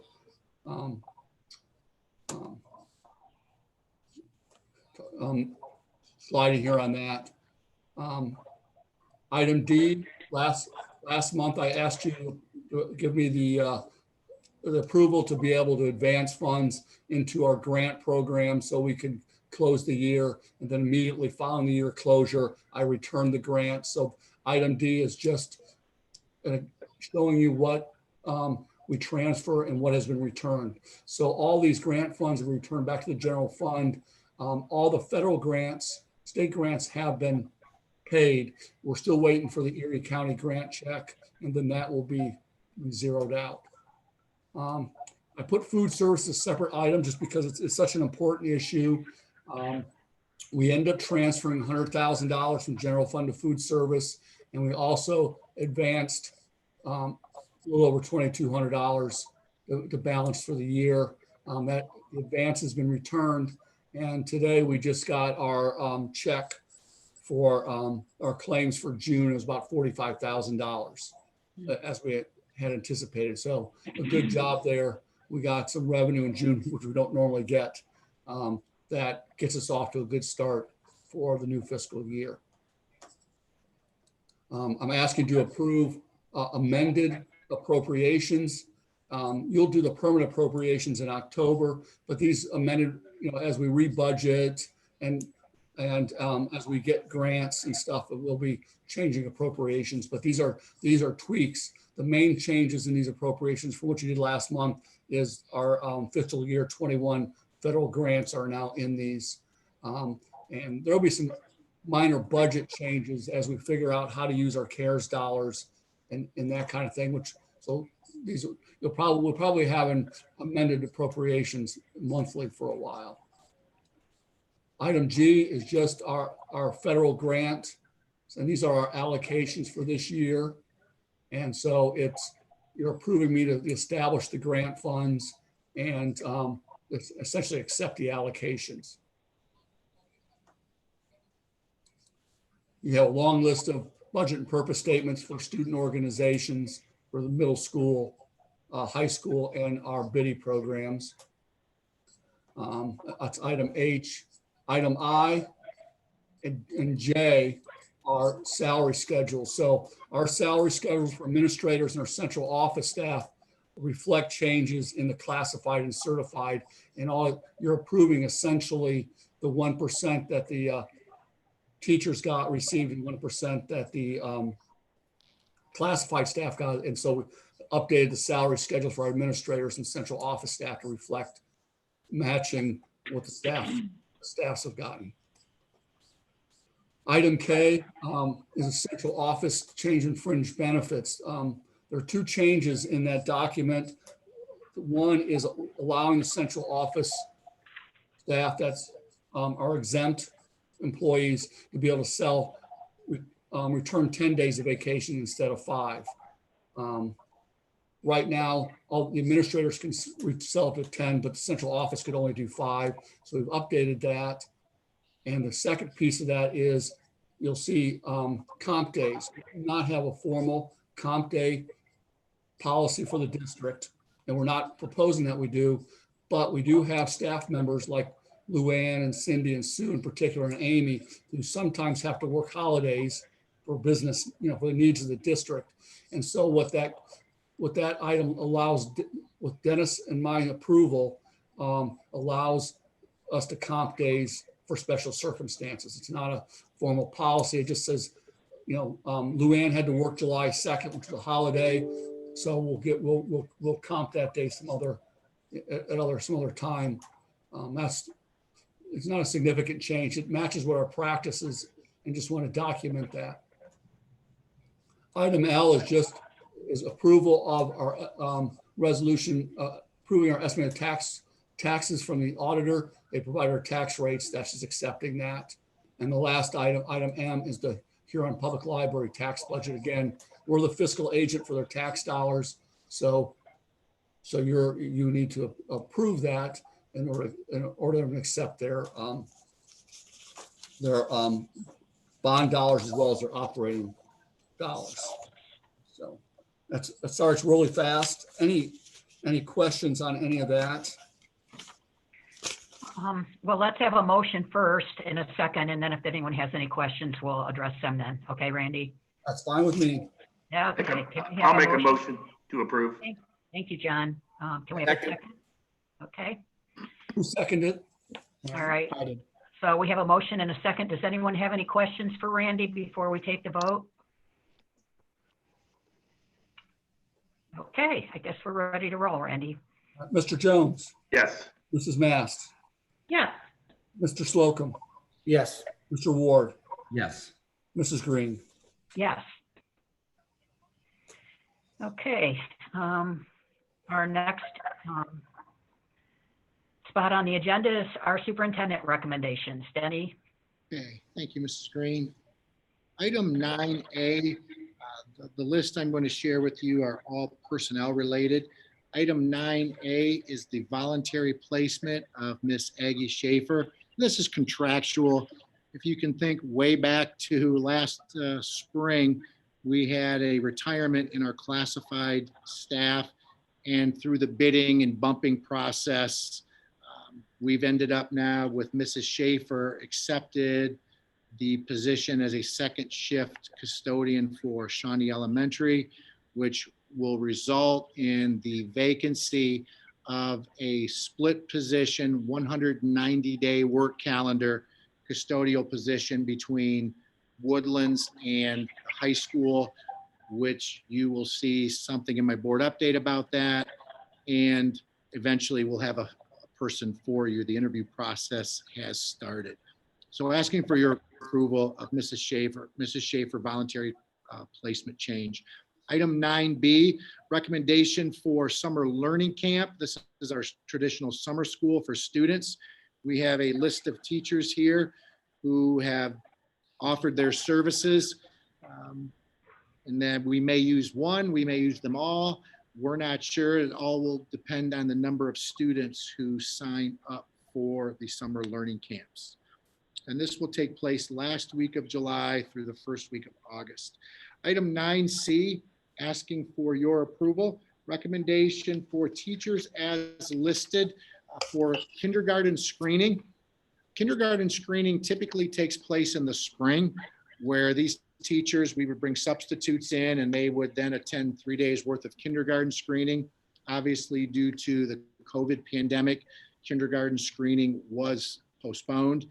And since we're doing it over the summer to ensure our kids are ready for kindergarten when we start school, late August, we have to do screening. And of course, then the folks will need to be compensated because this is outside of their contractual work hours.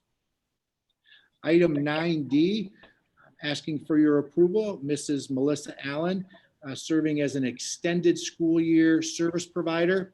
We have some students written into their individualized education plan where they receive services year round, extended school. Mrs. Allen will provide those services. Item 9E, asking for your approval, home instructors for the school year 2021. We don't know if we'll use any or all of these folks. Traditionally, we offer home instruction for students who may be unable to attend for X number of days, maybe a week, 2 weeks, 3 weeks because of some medical or personal situation. So we want to have these folks teed up in the event we need to offer that service. Item 9F, recommendation, your approval for IEP evaluations to be completed. This is for Mrs. Cotterill and Mrs. Thompson. This will be for our students transitioning from preschool to kindergarten. And we need to make sure that we're going through the evaluation process, hitting all the appropriate timelines, et cetera. So those two ladies will serve that role for us. Item 9G, asking your approval of a list of classified substitutes for the 2021 school year. These are on an as-needed basis. And you notice there is no position after them. This allows us to utilize these folks in a classified role, whether it's cafeteria, transportation, educational aid, custodian, et cetera. Item 9H, asking for your approval. We have a list of athletic supplementals for the fall season only. The latest we have from the Ohio High School Athletic Association is fall sports is moving forward. And many of these folks have been working with our athletes already with camps. And as I shared with you, the hands-off in July mandate from OHSAA was lifted this year because of the obvious circumstances. So these folks are well engaged with our kids. As we know it today, there is a fall sports season. That's our intent moving forward. We also have under this item, we have per event support staff for athletic events. Now they're only paid if the event goes and they serve in that capacity. But again, we're just teeing them up, and you'll see there are some winter sports there as well. But again, they're only paid if the service is provided.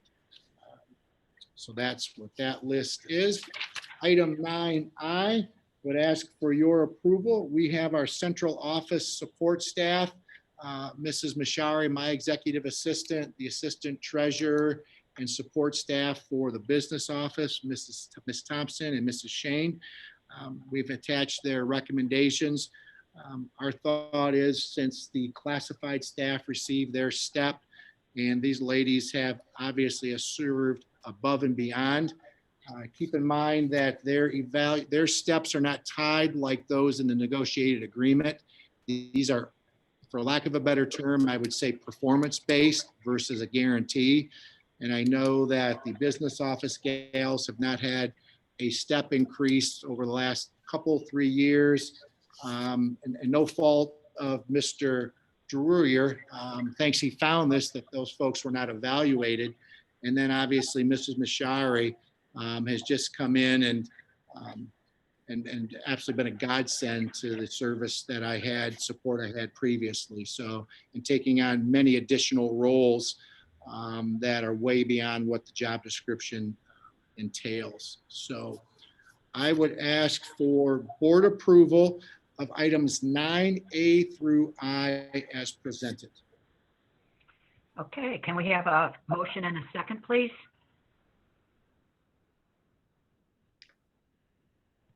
I can make the motion. Thank you, John. You need a second? Second. Oh, thanks, Paul.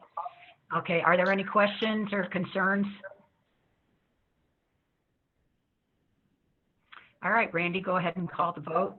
Mr. Jones, Yes. Mr. Slocum, Yes. Mr. Ward, Yes.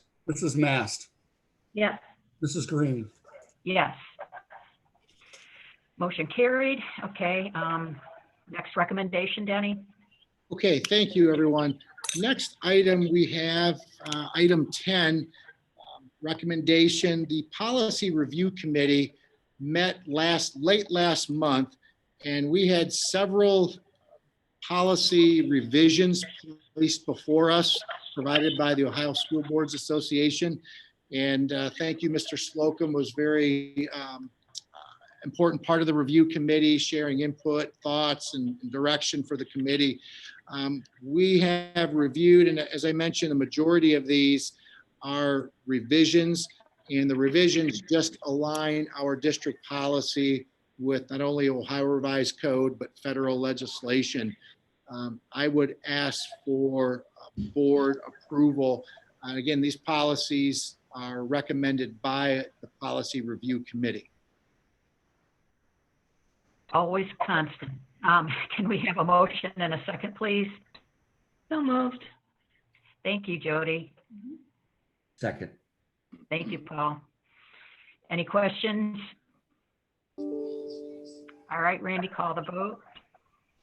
Mrs. Mast, Yes. Mr. Ward, Yes. Mr. Slocum, Yes.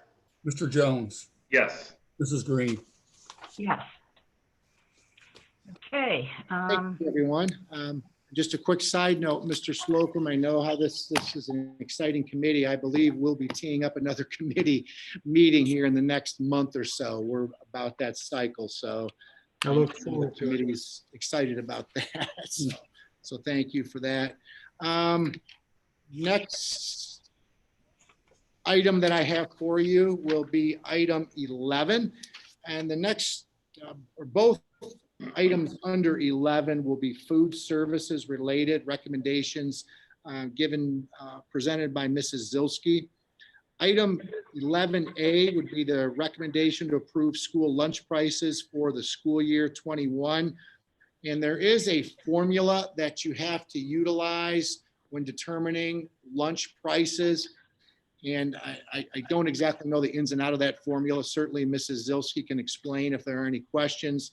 But what you will note that these are the same prices as of last year. And that's because part of that is because our enrollment is flat. So I would ask for your recognition and approval of 11A. And then 11B, still under food service, would be the recommendation to approve a parent handbook for the school meal program. One of the first things Mrs. Zilski had taken on when she assumed the position of Director of Operations was to create a handbook, if you will, for our parents outlining the meal program, how it works, processes, procedures, explanations, etc. And I commend you for that, creating that document. Again, it's a communication tool for our folks. So I would ask for the board to recognize and approve item 11A and B. Okay, can we have a motion and a second? I'll be happy to make the motion. Okay, thank you, John. And, I'll second. okay, thanks, Jody. Any Yep. questions? All right, go ahead, Randy. Mr. Jones, Yes. Mr. Slocum, Yes. Mr. Ward, Yes. Mrs. Mast, Yes. Mrs. Green. Yes. Thank Motion you. carries. Mrs. Green, is it okay if I continue? Yes, Okay, thank you, everyone. Item 12, we have a memorandum of understanding with the HCEA, our classified bargaining unit. I want to thank them for collaborating and understanding the challenges that not only the district, but our individual employees are facing. We feel that we came to a very fair agreement in this MOU, and the details are outlined, that not only recognizes the concerns of the district, but also acknowledges and recognizes the work of our classified unit. This memorandum of understanding is good for 1 year. We would then anticipate starting negotiations again this coming spring, unless obviously circumstances change. So with that said, I would ask for your approval of item 12. okay, we need a motion and a second. So moved. Thank you, Paul. I'll second. Thank you, John. Any questions? One comment. Great job getting this done. Yeah, difficult year. Glad we were able to work that out. Really, I give all credit to the HCEA for bringing it to us. So great leadership on their part. Yes. Agreed. Okay, Randy, call the vote, please. Mr. Ward, Yes. Mr. Slocum, Yes. Mr. Jones, Yes. Mrs. Mast, Yes. Mrs. Green. Yes. Okay, Okay, thank you. And finally, and Mr. Drewier can help me with this, we have item 13, a tax abatement proposal with Stride Right Mobility Group. And Mr. Drewier, if you would give some background on this, if you would, please. So Stride Right Mobility, they operate a wheelchair scooter operation in Port Huron Mall today. They are looking to expand their operations and move out to the Sawmill Industrial Park. And they've got a piece of property there that's currently does not have any improvements on it. So they want to build a new facility, a retail as well as a service facility out there. They came to the Tax Incentive Review Council, asked for 100% abatement for 15 years. The council, and because they're asking for 15 years, automatically it means that this rests on your approval. If it was 10 years, we might not have a say in it, but 15 years. And what the Turk has recommended, and it is a recommendation because it hinges on Huron, the city council has to vote for it as well as you, but it's really the school board has the leverage here. That we provide them a 75% abatement in years 1 through 5, 50% in years 6 through 10, and 25% 11 through 15. So for the district, that means additional revenue of just shy of $7,000 in the first 5 years. So there is additional revenue. The maximum revenue would be about a little over 26,000. So the Turk felt that, showing some willingness to work with them, but still generating additional revenue for the school district was important. So I'd ask that you approve this resolution. Okay, can we have a motion and a second first, and then we'll have questions? So moved. Oh, thank you, Jody. I didn't know if I missed that or not. Okay, do we have a second? Yes, second. Thank you, Paul.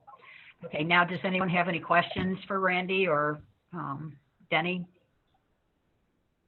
Yeah. Can I ask a question, Donna? Sure.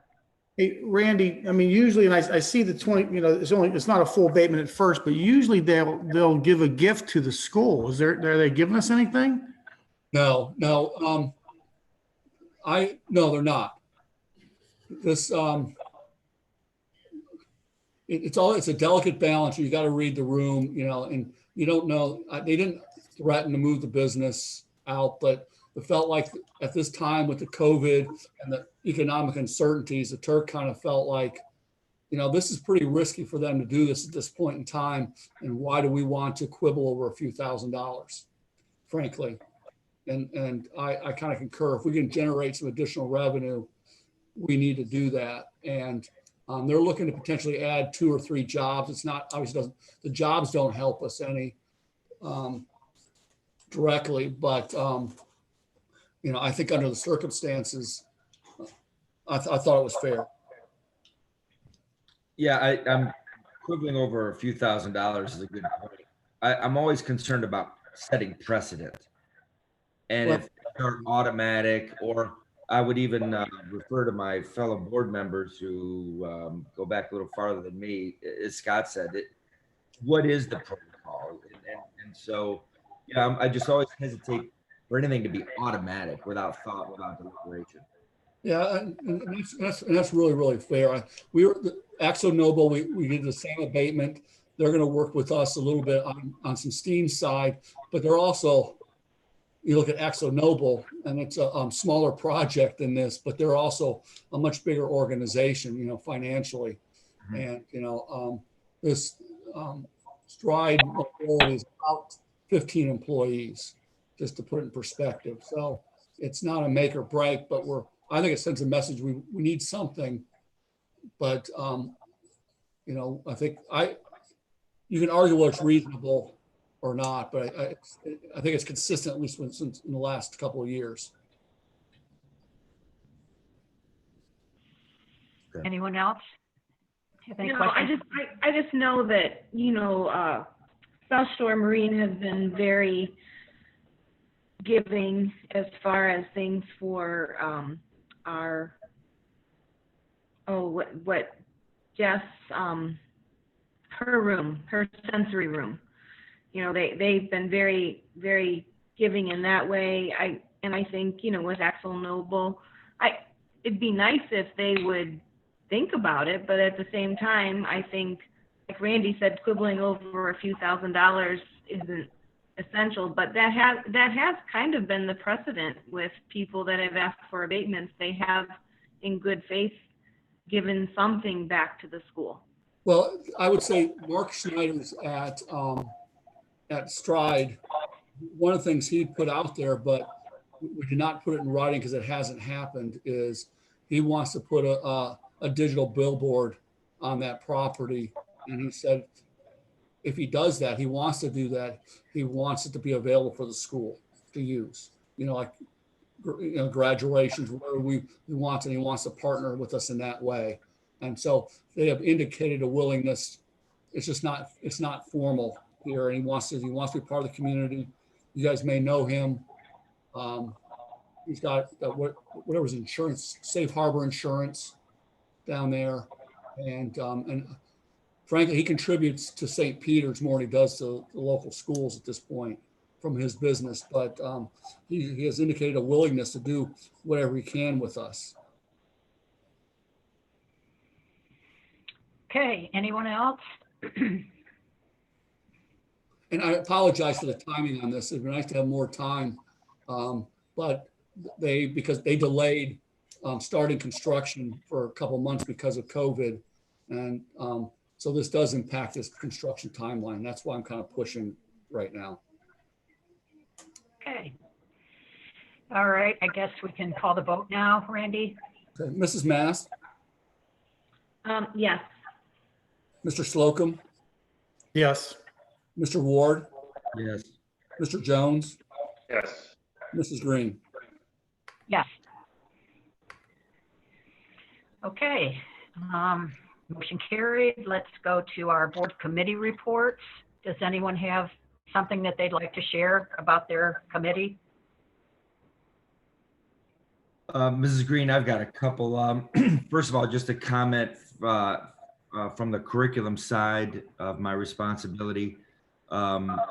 Again, kind of this theme of being a difficult period of time dealing with a pandemic. Our leadership team understands two things. Number one, that the delivery of content, SEL, and related services does not look the same in the pandemic. And number two, it will probably never look the same. And so I compliment them. And the only example I'll give you, and I could give you many, is the creation of the Huron Virtual Academy. Athletics, a lot going on. Some of it has been mentioned. The OHSA, as of yesterday, when I last checked with them, August 1st is still the date for the beginning of fall sports, and that is still on. Talking with Mr. Camella, he is keeping an eye on the OHSA. There's communications going on with the conference. On a more positive and stable note, the Mucci Field at Huron Memorial Stadium is fully installed. Athletic Director Camella tells me that the company Maumee Bay was a pleasure to work with, and there are no hiccups. Also spoke with the Vice President of the Booster Club, Amy Springer. She's ecstatic at how the process went, and so it's done. And talking with Amy Springer also, there's some work ongoing at the soccer fields, irrigation related. There are a couple of delays, but confident that that'll get done. And also a new banner will be displayed on the west side at Huron Memorial Stadium, which was designed by the Mucci marketing team. And I saw a mock of it, and it is impressive. And so those are my reports for this meeting. Thank you. Thanks, Paul. I wondered about that mural. I know that wasn't hand painted. They just kind of peeled that off and put a new one on. So the field is incredible. I mean, the colors are so vivid. It looks really, really good. Anyone else have a committee report? Have you met since the last board meeting? No, I do just want to mention, and I'll get something to you all in writing. I apologize for not doing that, as again, it's not on here, but I did attend that workshop concerning levies, and there was, I think, some very good points brought up in it. Might be things you all already know, but some of them seem new to me, and like I said, I'll definitely share the highlights with you. And I also want to say that I also had the pleasure of meeting, I think, everybody that installed that field from Maumee Bay. And again, echo what Paul said and add that I don't think there could have been a finer group of people. They were just so friendly and congenial and helpful. And I mean, even explained exactly what they were doing. So my hat's off to them and the boosters for making that happen. I agree, John. They worked so hard and so long in all that heat, And my sister, who lives right across the footbridge, woke up at 2 a.m. one morning because the dog needed to go out and she couldn't figure out why it was so bright. And she realized all the lights were on at the stadium. They were still there at 2 a.m. I know, they were amazing, Yes. amazing. Mommy turf. Yeah. I hope they all got, hope they all got good pay for all the hard work that they did. Yeah. Definitely. That's I don't really have anything new to share from EHOVI. We did have our first in-person meeting in July. And again, you know, they're trying to figure out what school's going to look like, just like everyone else. But I guess one of the drawbacks or concerns for them is, you know, that they have to look at what all their home schools are doing. So they're a little bit more behind, I think, in, you know, what things are going to look like. But it'll be coming out soon. So, okay. Anyone else have anything? I know July's kind of a vacation month for a lot of different people, so probably not too many meetings going on. Okay, so then we'll go to new business. And actually, this is a proclamation that I asked Denny to provide for my Aunt Margie. And she turned 100 years old on the 12th. She graduated from Huron in 1937. She was valedictorian of her class, and she is currently the oldest alumni in the Huron City School District. And so we had a big celebration at Wesleyan where she's staying in Elyria. And it was hot and everybody had masks on and social distanced.